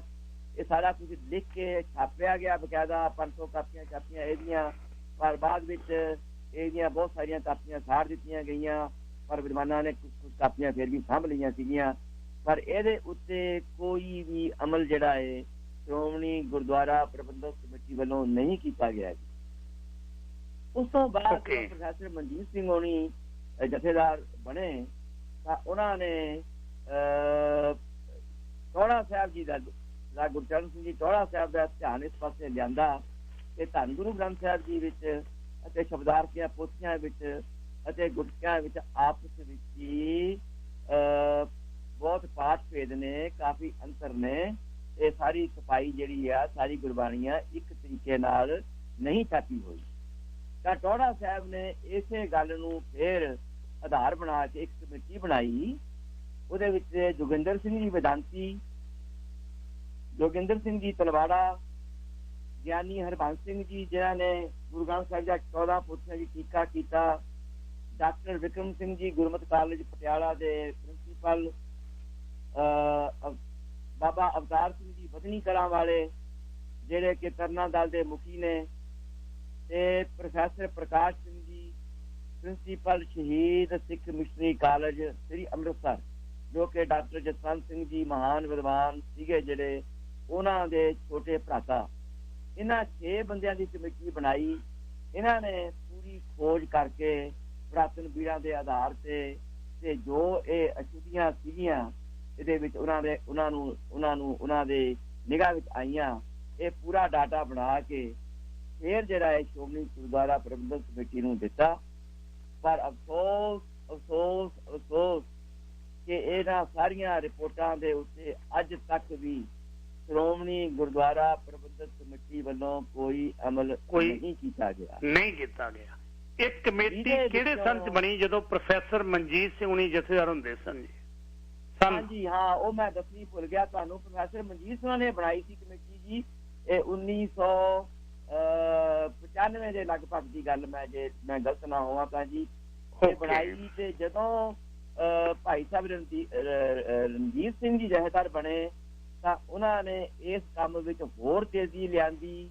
ਹੋਰ ਉਹਨਾਂ ਨੇ ਮਤਲਬ ਇਹਨਾਂ ਵਿਦਵਾਨਾਂ ਨੂੰ ਕਿਹਾ ਕਿ ਜਿੰਨੀ ਜਲਦੀ ਹੋ ਸਕਦਾ ਇਸ ਰਿਪੋਰਟ ਨੂੰ ਤੁਸੀਂ ਸਾਨੂੰ ਪੇਸ਼ ਕਰੋ। ਤੇ ਉਹਨਾਂ ਨੇ ਇਹ ਰਿਪੋਰਟ ਜਿਹੜੀ ਆ 1100 ਕੁਝ ਅੰਕ ਤੱਕ, ਮੈਨੂੰ ਐਗਜ਼ੈਕਟ ਪੰਨਾ ਨਹੀਂ ਯਾਦ ਹੈਗਾ, ਤੇ ਰਿਪੋਰਟ ਅਧੂਰੀ ਜਿਹੜੀ ਸੀ ਉਹ ਦੇ ਦਿੱਤੀ। ਉਹਦੇ ਕਾਰਨ ਵੱਖਰੇ ਨੇ। ਸ਼੍ਰੋਮਣੀ ਗੁਰਦੁਆਰਾ ਪ੍ਰਬੰਧਕ ਕਮੇਟੀ ਨੂੰ ਚਿੰਤਾ ਹੋ ਗਈ ਵੀ ਇਹ ਸਾਰੀ ਰਿਪੋਰਟ ਸਾਹਮਣੇ ਆਏਗੀ ਤਾਂ ਫਿਰ ਮਤਲਬ ਅਸੀਂ ਲੋਕਾਂ ਦੀਆਂ ਸਵਾਲਾਂ ਦਾ, ਲੋਕਾਂ ਦੀਆਂ ਉਹਦਾ ਸਾਨੂੰ ਉੱਤਰ ਦੇਣਾ ਪਏਗਾ, ਅਸੀਂ ਸਾਹਮਣੇ ਆਵਾਂਗੇ। ਤੋ ਇਸ ਰਿਪੋਰਟ ਦੇ ਉੱਤੇ ਵੀ ਜਿਵੇਂ ਮੈਂ ਪਹਿਲਾਂ ਜ਼ਿਕਰ ਕੀਤਾ, ਕੋਈ ਅਮਲ ਜਿਹੜਾ ਨਹੀਂ ਕੀਤਾ ਗਿਆ, ਜਿਹਦੇ ਨਾਲ ਮਸਲਾ ਉੱਥੇ ਦਾ ਉੱਥੇ ਹੀ ਖੜਾ ਰਿਹਾ ਤੇ ਅੱਜ ਦਾ ਮਸਲਾ ਫਿਰ ਜਿਹੜਾ ਸੰਗਤਾਂ ਦੇ ਸਾਹਮਣੇ ਆ ਗਿਆ। ਇਹ ਹੈ। ਹਾਂਜੀ ਡਾਕਟਰ ਸਾਹਿਬ ਇੱਥੇ ਰੁਕੇ ਹੁਣ ਥੋੜਾ ਜਿਹਾ। ਮੇਰਾ ਸਵਾਲ ਸੰਗਤ ਦੇ ਨਾਤੇ, ਇੱਕ ਹੋਸਟ ਹੋਣ ਦੇ ਨਾਤੇ ਨਹੀਂ, ਇੱਕ ਸਿੱਖ ਹੋਣ ਦੇ ਨਾਤੇ, ਤੁਸੀਂ ਜ਼ਿਕਰ ਕੀਤਾ ਕਿ 1952 ਚ ਜਦੋਂ ਬਲਾਕ ਬਣਾਏ ਨੇ ਗੁਰਬਾਣੀ ਛਾਪਣ ਦੇ ਲਈ ਪਹਿਲੀ ਵਾਰੀ, ਕਿ ਉਸ ਵੇਲੇ ਛਪੀਆਂ ਬੀੜਾਂ ਦੇ ਵਿੱਚ ਬਿੰਦੀ ਤੇ ਟਿੱਪੀ ਲੱਗੀ ਹੋਈ ਸੀ ਕਿ ਨਹੀਂ? ਜਿਹੜੀ ਰਿਪੋਰਟ ਦਿੱਤੀ ਸੀ ਬਿੰਦੀਆਂ ਟਿੱਪੀਆਂ ਤੇ, ਉਹ ਚ ਜਿਹੜੀਆਂ ਉਪਲਬਧ ਸੀਗੀਆਂ ਉਹ ਤੇ ਲੱਗੀਆਂ ਹੀ ਹੋਈਆਂ ਸੀਗੀਆਂ ਪਹਿਲਾਂ। ਪਰ ਜਿਹੜੀਆਂ ਪਾਠ ਭੇਦਾਂ ਦੀਆਂ ਸੂਚੀਆਂ ਵਾਲੀਆਂ, ਜਿਵੇਂ ਤਿੰਨ ਮੈਂਬਰੀ ਕਮੇਟੀ ਸੀਗੀ, ਉਹਨਾਂ ਨੇ ਰਿਪੋਰਟ ਦਿੱਤੀ, ਉਹਦੇ ਅਨੁਸਾਰ ਕੋਈ ਅਮੈਂਡਮੈਂਟ ਨਹੀਂ ਕੀਤੀ ਉਹਨਾਂ ਨੇ। ਓਕੇ, ਅਮੈਂਡਮੈਂਟ ਨਹੀਂ ਕੀਤੀ। ਜੋ ਪ੍ਰਚਲਨ ਚੱਲਦਾ ਆ ਰਿਹਾ ਸੀਗਾ, ਜੋ ਇਕਾਈਆਂ ਰਹਿ ਗਈਆਂ ਸੀਗੀਆਂ, ਉਹ ਇਕਾਈਆਂ ਐਜ਼ ਇਟ ਇਜ਼ ਹੀ ਰਹਿਣ ਦਿੱਤੀਆਂ ਗਈਆਂ। ਉਹਦੇ ਬਾਅਦ ਉਸ ਪਾਸੇ ਵੱਲ ਕੋਈ ਬਹੁਤਾ ਜ਼ਿਆਦਾ ਧਿਆਨ ਨਹੀਂ ਦਿੱਤਾ ਗਿਆ। ਕੀ 1952 ਤੋਂ ਪਹਿਲਾਂ ਜਿਹੜੀਆਂ ਬੀੜਾਂ ਛਪ ਰਹੀਆਂ ਸੀ, ਜਾਂ ਪੁਰਾਤਨ ਹੱਥ ਲਿਖਤ ਬੀੜਾਂ ਸੀ, ਜਾਂ ਫਿਰ ਆਪਾਂ ਥੋੜਾ ਜਿਹਾ ਹੋਰ ਅੱਗੇ ਚੱਲੀਏ ਕਰਤਾਰਪੁਰੀ ਬੀੜ ਸੀ, ਜਾਂ ਬਾਬਾ ਦੀਪ ਸਿੰਘ ਵਾਲੀ ਬੀੜ ਕਹਿੰਦੇ ਨੇ ਉਹ ਬੀੜ ਸੀ, ਕਈ ਅਲੱਗ-ਅਲੱਗ ਤਰ੍ਹਾਂ ਦੀਆਂ ਬੀੜਾਂ ਸਨ। ਕੀ ਉਹਨਾਂ ਪੁਰਾਤਨ ਬੀੜਾਂ ਦੇ ਵਿੱਚ ਇਹ ਸਾਰਾ ਕੁਝ, ਕਿਉਂਕਿ ਕੋਈ ਵੀ ਸਾਡਾ ਦੁਖਾਂਤ ਰਿਹਾ ਕਿ ਸਿੱਖ ਇਤਿਹਾਸ ਸਭ ਤੋਂ ਨਵੀਨਤਮ ਧਰਮ ਹੈ, ਸਿੱਖ ਧਰਮ। ਪਰ ਸਾਡਾ ਦੁਖਾਂਤ ਇਹ ਰਿਹਾ ਹੈ ਕਿ ਅਸੀਂ ਤਲਵਾਰਾਂ ਵੀ ਫੜ ਲਈਆਂ, ਬਰਛੇ ਵੀ ਫੜ ਲਏ, ਗੱਤਕਾ ਵੀ ਸਿੱਖ ਲਿਆ, ਪਰ ਜਿਹੜਾ ਸੰਭਾਲਣ ਵਾਲਾ ਕੰਮ ਸੀ ਉਹ ਸੀ ਸ੍ਰੀ ਗੁਰੂ ਗ੍ਰੰਥ ਸਾਹਿਬ ਮਹਾਰਾਜ ਜੀ ਦੇ ਪਾਵਨ ਪਵਿੱਤਰ ਸਰੂਪਾਂ ਦੇ ਹੱਥ ਲਿਖਤ ਜਿਹੜੇ ਉਸ ਵੇਲੇ ਖਰੜੇ ਸਨ। ਮੰਨ ਲਿਆ ਜੇ ਗਿਆਨੀ ਜਿਹੜੇ 3 ਵਿਦਵਾਨ ਸਨ, ਗਿਆਨੀ ਕੁੰਦਨ ਸਿੰਘ ਜਾਂ ਗਿਆਨ ਸਿੰਘ ਨਿਹੰਗ ਸਨ ਜਾਂ ਭਾਈ ਰਣਧੀਰ ਸਿੰਘ ਉੜੀ ਸਨ, ਇਹਨਾਂ ਤਿੰਨਾਂ ਨੇ ਵੀ ਜਿਹੜਾ ਕੰਮ 400-500 ਸਫ਼ਿਆਂ ਦੇ ਵਿੱਚ ਕੀਤਾ ਸੀ, ਜੇ ਉਹਨੂੰ ਹੀ, ਕਿਉਂਕਿ ਉਹਨਾਂ ਨੇ ਜਿਹੜਾ ਕੰਮ ਉਦੋਂ ਕੀਤਾ ਸੀ ਉਸ ਤੋਂ ਪਹਿਲਾਂ ਜਿਹੜੀਆਂ ਪਈਆਂ ਕਿਤਾਬਾਂ ਤੇ ਖਰੜਿਆਂ ਨੂੰ ਦੇਖ ਕੇ ਕੀਤਾ ਹੋਏਗਾ, ਅਸੀਂ ਉਹਨੂੰ ਵੀ ਸੜਵਾ ਦਿੱਤਾ, ਉਹਨੂੰ ਵੀ ਡਿਸਟਰੋਏ ਕਰ ਦਿੱਤਾ। ਕਿਸੇ ਕਾਰਨ ਕਰਕੇ 1-2 ਕਿਤਾਬਾਂ ਜਿਹੜੀਆਂ ਬਚੀਆਂ ਕਿਸੇ ਕੋਲ ਗਈਆਂ, ਸਿਰਫ 500 ਕਾਪੀਆਂ ਸੀ। ਉਹ ਕਾਪੀ ਤੁਹਾਡੇ ਕੋਲ ਵੀ ਪਈ ਹੈ, ਕਾਪੀ ਮੇਰੇ ਕੋਲ ਵੀ ਪਈ ਹੈ, ਸਰਦਾਰ ਸਰਬਜੀਤ ਸਿੰਘ ਸੈਕਰਾਮੈਂਟੋ ਕੋਲ ਵੀ ਪਈ ਹੈ। ਇਹ ਕਾਪੀਆਂ ਦੇਖ ਕੇ ਤਾਂ ਇਉਂ ਲੱਗਦਾ ਕਿ ਪੁਰਾਤਨ ਸਮੇਂ ਦੇ ਵਿੱਚ ਜਿਹੜੀਆਂ ਬੀੜਾਂ ਸਨ ਉਹਨਾਂ ਦੇ ਵਿੱਚ ਸਾਰਾ ਕੁਝ ਲੱਗਾ ਸੀ। ਤੇ ਇਹ ਪਹਿਲੀ ਵਾਰੀ ਸ਼੍ਰੋਮਣੀ ਕਮੇਟੀ ਨੇ ਕਦੋਂ ਗਲਤੀ ਕਰਨੀ ਸ਼ੁਰੂ ਕੀਤੀ, ਸਵਾਲ ਇਹ ਪੈਦਾ ਹੁੰਦਾ ਹੋਣਾ, ਕਿਉਂਕਿ ਤੁਹਾਡੇ ਤੋਂ ਵੱਧ ਡਾਕਟਰ ਬਲਕਾਰ ਸਿੰਘ ਉਹਨਾਂ ਤੋਂ ਵੱਧ ਤਾਂ ਕੋਈ ਜਾਣ ਨਹੀਂ ਸਕਦਾ। ਇਸ ਵੇਲੇ ਸਾਡੇ ਕੋਲ ਜਿਉਂਦੇ ਹੋਏ ਸਬੂਤ ਹੋ ਤੁਸੀਂ, ਕਿਉਂਕਿ ਜਦੋਂ ਗਿਆਨੀ ਜੋਗਿੰਦਰ ਸਿੰਘ ਵੇਦਾਂਤੀ ਸਰੀਰ ਛੱਡ ਕੇ ਚਲੇ ਗਏ, ਮੇਰੀਆਂ ਉਹਨਾਂ ਨਾਲ ਕਈ ਵਾਰੀ ਟਾਕ ਸ਼ੋ ਹੋਏ ਨੇ, ਤਲਵਾੜਾ ਜੀ ਇਸ ਸੰਸਾਰ ਨੂੰ ਅਲਵਿਦਾ ਕਹਿ ਗਏ। ਹੁਣ ਹੌਲੇ ਹੌਲੇ ਉਮਰ ਦੇ ਹਿਸਾਬ ਦੇ ਨਾਲ ਆਉਣ ਵਾਲੇ 10-20 ਵਰ੍ਹਿਆਂ ਦੇ ਵਿੱਚ ਜਿਹੜਾ ਸਾਡੇ ਕੋਲ ਪ੍ਰੂਫ ਸਬੂਤ ਬਚਿਆ ਉਹ ਵੀ ਚਲੇ ਜਾਣਾ ਇਸ ਸੰਸਾਰ ਦੇ ਵਿੱਚ। ਕੌਣ ਕਹੇਗਾ ਕਿ ਮੈਂ ਇਹਨਾਂ ਗ੍ਰੰਥਾਂ ਨੂੰ ਵੇਖਿਆ, ਇਹਨਾਂ ਖਰੜਿਆਂ ਨੂੰ ਵੇਖਿਆ? ਉਹ ਸਾਰਾ ਕੁਝ ਹੌਲੇ ਹੌਲੇ ਸਾਡਾ ਜਿਹੜਾ ਸਭ ਤੋਂ ਵੱਡਾ ਸਿੱਖ ਕੌਮ ਦਾ ਦੁਖਾਂਤ ਹੈ, ਜਿਹਨੂੰ ਕੋਈ ਵਿਚਾਰ ਨਹੀਂ ਰਿਹਾ, ਸਾਡੇ ਕੋਲ ਅਗਨ ਭੇਟ ਕਰਨ ਦੇ ਲਈ ਅੰਗੀਠੇ ਬਣਾ ਦਿੱਤੇ। ਜਿੰਨਾ ਇਤਿਹਾਸ ਪੁਰਾਣਾ ਪਿਆ ਸੀ ਸਾੜਤਾ, ਸਾੜ ਦਿਓ, ਅਗਨ ਭੇਟ ਕਰ ਦਿਓ। ਇਹ ਤਾਂ ਬੜਾ ਵੱਡਾ ਦੁਖਾਂਤ ਸੀ। ਇੱਥੇ ਮੈਂ ਤੁਹਾਡੇ ਤੋਂ ਜਾਣਨਾ ਚਾਹਨਾ ਕਿ ਇਹ ਕਦੋਂ ਤੋਂ ਪਾਠ ਭੇਦਾਂ ਦਾ ਜਿਹੜਾ ਕੰਮ ਸੀ ਇਹ ਸ਼ੁਰੂ ਹੋਇਆ? ਇਹ ਕੋਈ ਗਿਆਨ ਹੈ ਥੋੜਾ ਬਹੁਤ ਤੁਹਾਨੂੰ? ਦੇਖੋ ਪਾਠ ਭੇਦਾਂ ਦਾ ਜਿਹੜਾ, ਕਿਉਂਕਿ ਪਹਿਲੇ ਤਾਂ ਕੋਈ ਇਸ ਪਾਸੇ ਰੁਝਾਨ ਹੀ ਨਹੀਂ ਸੀ ਹੈਗਾ। ਜਿਵੇਂ ਮੈਂ ਪਹਿਲਾਂ ਆਪ ਜੀ ਨੂੰ ਜ਼ਿਕਰ ਕੀਤਾ ਹੈ ਵੀ ਪੁਰਾਤਨ ਜਿਹੜੇ ਪੁਜਾਰੀ ਸੀ ਨਾ, ਜਿਹਨੂੰ ਆਪਾਂ ਪੁਜਾਰੀ, ਉਸ ਵੇਲੇ ਪੁਜਾਰੀ ਕਹਿੰਦੇ ਹੁੰਦੇ ਸੀਗੇ, ਜਾਂ ਸਰਬਰਾਹ ਸੀ ਜਾਂ ਪੁਜਾਰੀ ਸੀਗੇ, ਬਿਲਕੁਲ ਉਹਨਾਂ ਦਾ ਇਸ ਪਾਸੇ ਵੱਲ ਕੋਈ ਖੋਜ ਵਾਲੇ ਪਾਸੇ ਵੱਲ ਕੋਈ ਧਿਆਨ ਨਹੀਂ ਸੀ। ਕੁਛ ਖੋਜੀ ਤਾਂ ਬੰਦੇ ਸੀਗੇ ਜਿਹਦਾ ਕਿ ਆਪਾਂ ਜ਼ਿਕਰ ਕਰਾਂਗੇ, ਜਿਹਦੇ ਵਿੱਚ ਪੰਡਤ ਕਰਤਾਰ ਸਿੰਘ ਜੀ ਦਾਖਾ ਸੀਗੇ। ਉਹਨਾਂ ਨੇ ਮਤਲਬ ਸ੍ਰੀ ਗੁਰੂ ਵਿਆਕਰਨ ਪੰਚਾਇਣ ਅਰਥਾਤ ਸ੍ਰੀ ਗੁਰੂ ਗ੍ਰੰਥ ਸਾਹਿਬ ਜੀ ਦਾ ਸ਼੍ਰੋਮਣੀ ਵਿਆਕਰਨ, ਇਹ ਮਹਾਨ ਗ੍ਰੰਥ ਲਿਖਿਆ। ਗਿਆਨੀ ਲਾਲ ਸਿੰਘ ਹੋਣੀ ਜਿਹੜੇ ਸੰਗਰੂਰ ਵਾਲੇ ਸੀਗੇ, ਉਹਨਾਂ ਨੇ ਖੋਜ ਕੀਤੀ। ਉਹ ਇਹ ਬੰਦੇ ਤਾਂ ਖੋਜ ਕਰਦੇ ਸੀਗੇ। ਔਰ ਗੁਰੂ ਗ੍ਰੰਥ ਸਾਹਿਬ ਜੀ ਛਾਪਣ ਤੋਂ ਪਹਿਲਾਂ ਸ਼ਬਦਾਰਥ ਦੀਆਂ ਸੈਂਚੀਆਂ ਜਿਹੜੀਆਂ ਨੇ ਨਾ, ਉਹ ਪ੍ਰਿੰਸੀਪਲ ਤੇਜਾ ਸਿੰਘ ਦੀ ਅਗਵਾਈ ਦੇ ਵਿੱਚ ਛਪੀਆਂ ਵੀ ਪਹਿਲਾਂ, ਜਿਹਦੇ ਵਿੱਚ ਵਿਆਕਰਨ ਦੀਆਂ ਦੇ ਬਾਰੇ ਜਾਣਕਾਰੀ ਮੁੱਢਲੇ ਪੰਨਿਆਂ ਵਿੱਚ ਦਿੱਤੀ ਹੋਈ ਆ। ਤੇ ਪ੍ਰੋਫੈਸਰ ਸਾਹਿਬ ਸਿੰਘ ਜੀ ਨੇ ਵੀ ਇਸ ਪਾਸੇ ਕੰਮ ਆਰੰਭ ਦਿੱਤਾ ਸੀਗਾ। ਇਹ ਸਾਰੇ ਵਿਦਵਾਨਾਂ ਨੇ ਕੰਮ ਤਾਂ ਡਾਕਟਰ ਜੋਧ ਸਿੰਘ ਨੂੰ ਵੀ ਲੱਗੇ ਹੋਏ ਸੀਗੇ। ਸਾਰੇ ਵਿਦਵਾਨਾਂ ਨੇ ਇਸ ਪਾਸੇ ਕੰਮ ਤਾਂ ਆਰੰਭ ਦਿੱਤਾ ਸੀਗਾ, ਗੁਰਬਾਣੀ ਵਿਆਕਰਨ ਦੀ ਖੋਜ ਦੇ ਬਾਰੇ ਪਾਸੇ। ਪਰ ਜਿਹੜੀ ਭੀੜ ਪਹਿਲਾਂ 1952 ਵਿੱਚ ਠੀਕ ਤਰੀਕੇ ਨਾਲ ਛਪ ਗਈ ਸੀ, ਠੀਕ ਆ, ਭਾਵੇਂ ਉਹਦੇ ਵਿੱਚ ਕੁਛ ਉਕਾਈਆਂ ਸੀਗੀਆਂ ਅਜੇ ਜਿੱਤੇ ਹੋਰ ਖੋਜ ਕਰਨੀ ਬਣਦੀ ਸੀਗੀ। ਪਰ ਸ਼੍ਰੋਮਣੀ ਕਮੇਟੀ ਨੇ ਹਿੰਮਤ ਕਰਕੇ ਇਹਨਾਂ ਵਿਦਵਾਨਾਂ ਦੀ ਸਲਾਹ ਮਸ਼ਵਰਾ ਲੈ ਕੇ ਇੱਕ ਠੀਕ ਸਰੂਪ ਮਹਾਰਾਜ ਦਾ 1952 ਵਿੱਚ ਛਾਪ ਦਿੱਤਾ ਸੀਗਾ। ਪਰ ਪੰਥ ਦੀ ਬਦਕਿਸਮਤੀ ਇਹ ਹੋਈ ਵੀ ਜਿਹਦਾ ਤੁਸੀਂ ਪਹਿਲਾਂ ਜ਼ਿਕਰ ਕੀਤਾ ਹੈ, 1960 ਦੇ ਕਰੀਬ ਜਦੋਂ ਸ਼੍ਰੋਮਣੀ ਗੁਰਦੁਆਰਾ ਪ੍ਰਬੰਧਕ ਕਮੇਟੀ ਦਾ ਪ੍ਰਬੰਧ ਜਿਹੜਾ ਸੀਗਾ, ਸੰਤ ਫਤਿਹ ਸਿੰਘ ਅਤੇ ਸੰਤ ਚੰਨਨ ਸਿੰਘ ਉਹਨਾਂ ਦੇ ਹੱਥਾਂ ਵਿੱਚ ਆਇਆ, ਤੇ ਡੇਰੇਵਾਦ ਦਾ ਪ੍ਰਭਾਵ ਉਹਨਾਂ ਉੱਤੇ ਪੈ ਗਿਆ। ਤੇ ਡੇਰੇਵਾਦ ਦੇ ਪ੍ਰਭਾਵ ਕਰਕੇ ਕੁਛ ਬੰਦਿਆਂ ਦੇ ਮਤਲਬ ਸਿਆਸੀ ਪ੍ਰਭਾਵ ਵਿੱਚ ਆ ਕੇ ਵੋਟਾਂ ਦੀ ਖਾਤਰ ਉਹਨਾਂ ਨੇ ਫੇਰ ਗੁਰੂ ਗ੍ਰੰਥ ਸਾਹਿਬ ਜੀ ਦੀ ਇੱਕ ਠੀਕ ਤਰਤੀਬ ਨੂੰ, ਤੇ ਉਹਦੇ ਵਿੱਚ ਜਿਹੜੇ ਧੰਦੇਬਾਜ਼ ਸੀਗੇ ਮਾਈ ਸੇਵਾ ਬਾਜ਼ਾਰ ਵਾਲੇ, ਤੇ ਇੱਥੋਂ ਤੱਕ ਕਿ ਚੀਫ ਖਾਲਸਾ ਦੀਵਾਨ ਵਾਲੇ ਵੀ ਉਹਨਾਂ ਨਾਲ ਰਲ ਗਏ ਸੀਗੇ। ਇਹਨਾਂ ਸਾਰਿਆਂ ਨੇ ਰਲ ਕੇ ਉਸ ਇੱਕ ਤਰਤੀਬ ਵਿੱਚ ਛਾਪੇ ਹੋਏ ਗੁਰੂ ਗ੍ਰੰਥ ਸਾਹਿਬ ਜੀ ਨੂੰ ਉਹਦੇ ਬਲਾਕ ਵੀ ਤੁੜਵਾ ਦਿੱਤੇ ਸਾਰੇ ਇਹਨਾਂ ਨੇ, ਤੇ ਉਹ ਬੇਤਰਤੀਬੀ ਮੰਗਲਾਚਰਨਾਂ ਦੀ ਬੇਤਰਤੀਬੀ ਫੇਰ ਆਰੰਭ ਕੀਤੀ। ਤੇ ਸਭ ਤੋਂ ਦੁੱਖ ਵਾਲੀ ਗੱਲ ਜਿਹੜੀ ਮੈਂ ਤੁਹਾਡੇ ਨਾਲ ਮਤਲਬ ਸਾਂਝੀ ਕਰਨਾ ਚਾਹਾਂਗਾ ਉਹ ਇਹ ਸੀਗਾ ਕਿ ਉਹਦੇ ਵਿੱਚੋਂ ਇੱਕ ਓਂਕਾਰ ਜਿਹੜਾ ਮੰਗਲਾਚਰਨ ਕਰਤਾਰਪੁਰੀ ਬੀੜ ਵਿੱਚ ਵੀ ਹੁਣ ਵੀ ਉਪਲਬਧ ਹੈਗਾ ਏ, ਤੇ ਹੋਰਨਾਂ ਹੱਥ ਲਿਖਤ ਬੀੜਾਂ ਵਿੱਚ ਵੀ ਉਪਲਬਧ ਹੈਗਾ ਏ, ਉਹਨੂੰ ਵੀ ਡਿਲੀਟ ਕਰ ਦਿੱਤਾ ਗਿਆ। ਸੋ ਇਹ ਇਕਾਈਆਂ ਜਿਹੜੀਆਂ ਸ਼੍ਰੋਮਣੀ ਕਮੇਟੀ ਨੇ ਫੇਰ ਮਹਾਨ ਗਲਤੀਆਂ ਕੀਤੀਆਂ, ਤੇ ਉਹ ਗਲਤੀਆਂ ਦੇ ਪਾਸੇ ਕਿਸੇ ਨੇ ਬਹੁਤਾ ਧਿਆਨ ਤਾਂ ਨਹੀਂ ਦਿੱਤਾ। ਪਰ ਆਹ ਜਿਹੜੀਆਂ ਰਿਪੋਰਟਾਂ ਸੀਗੀਆਂ, ਇਹ ਰਿਪੋਰਟਾਂ ਜ਼ਰੂਰ ਆਈਆਂ, ਪਰ ਇਹਨਾਂ ਰਿਪੋਰਟਾਂ ਨੂੰ ਵੀ ਸਿਆਸੀ ਪ੍ਰਭਾਵਾਂ ਦੇ ਅਧੀਨ ਜਾੜ ਦਿੱਤਾ ਗਿਆ, ਅੱਖੋਂ ਪਰੋਖੇ ਕਰ ਦਿੱਤਾ ਗਿਆ, ਤੇ ਇਹਨਾਂ ਵਿਦਵਾਨਾਂ ਦੀ ਕਮਾਈ ਨੂੰ ਵੀ ਬਿਲਕੁਲ ਅੱਖੋਂ ਪਰੋਖੇ ਕਰਕੇ ਇਸ ਜਿਹੜਾ ਹਿਰਦਾ ਹੈ ਸਿੱਖ ਪੰਥ ਦਾ, ਧੰਨ ਗੁਰੂ ਗ੍ਰੰਥ ਸਾਹਿਬ ਜਿਹਦੇ ਆਖਰੇ ਅਸੀਂ ਜੂਨੇ ਆ, ਜਿਹਦੇ ਕਰਕੇ ਸਾਡੀ ਦੁਨੀਆ ਵਿੱਚ ਹੋਂਦ ਆ, ਪੰਥ ਦੀ ਹੋਂਦ ਆ, ਉਹਦੇ ਵੱਲ, ਉਹਦੀ ਛਪਾਈ ਵੱਲ, ਠੀਕ ਛਪਾਈ ਵੱਲ ਧਿਆਨ ਨਹੀਂ ਦਿੱਤਾ, ਜਿਹੜਾ ਕਿ ਮਸਲਾ ਅੱਜ ਵੀ ਉਵੇਂ ਦਾ ਉਵੇਂ ਪਿਆ ਹੈ ਜੀ। ਵਾਹ ਜੀ ਵਾਹ। ਓਕੇ ਡਾਕਟਰ ਸਾਹਿਬ, ਇਹ ਗੱਲ ਹੁਣ ਸਪਸ਼ਟ ਹੋ ਗਈ। ਇਸ ਤੋਂ ਪਹਿਲਾਂ ਕਿ ਮੈਂ ਸਰਦਾਰ ਸਰਬਜੀਤ ਸਿੰਘ ਸੈਕਰਾਮੈਂਟੋ ਨਾਲ ਤੁਸੀਂ ਨਾਲ ਦਿਓ ਥੋੜਾ ਚਿਰ ਹੁਣ ਜੀ। ਹਾਂ, ਮੈਂ ਤੁਹਾਡੀ ਗੱਲ ਨੂੰ 1 ਮਿੰਟ ਵਾਸਤੇ ਟੋਕਾਂਗਾ।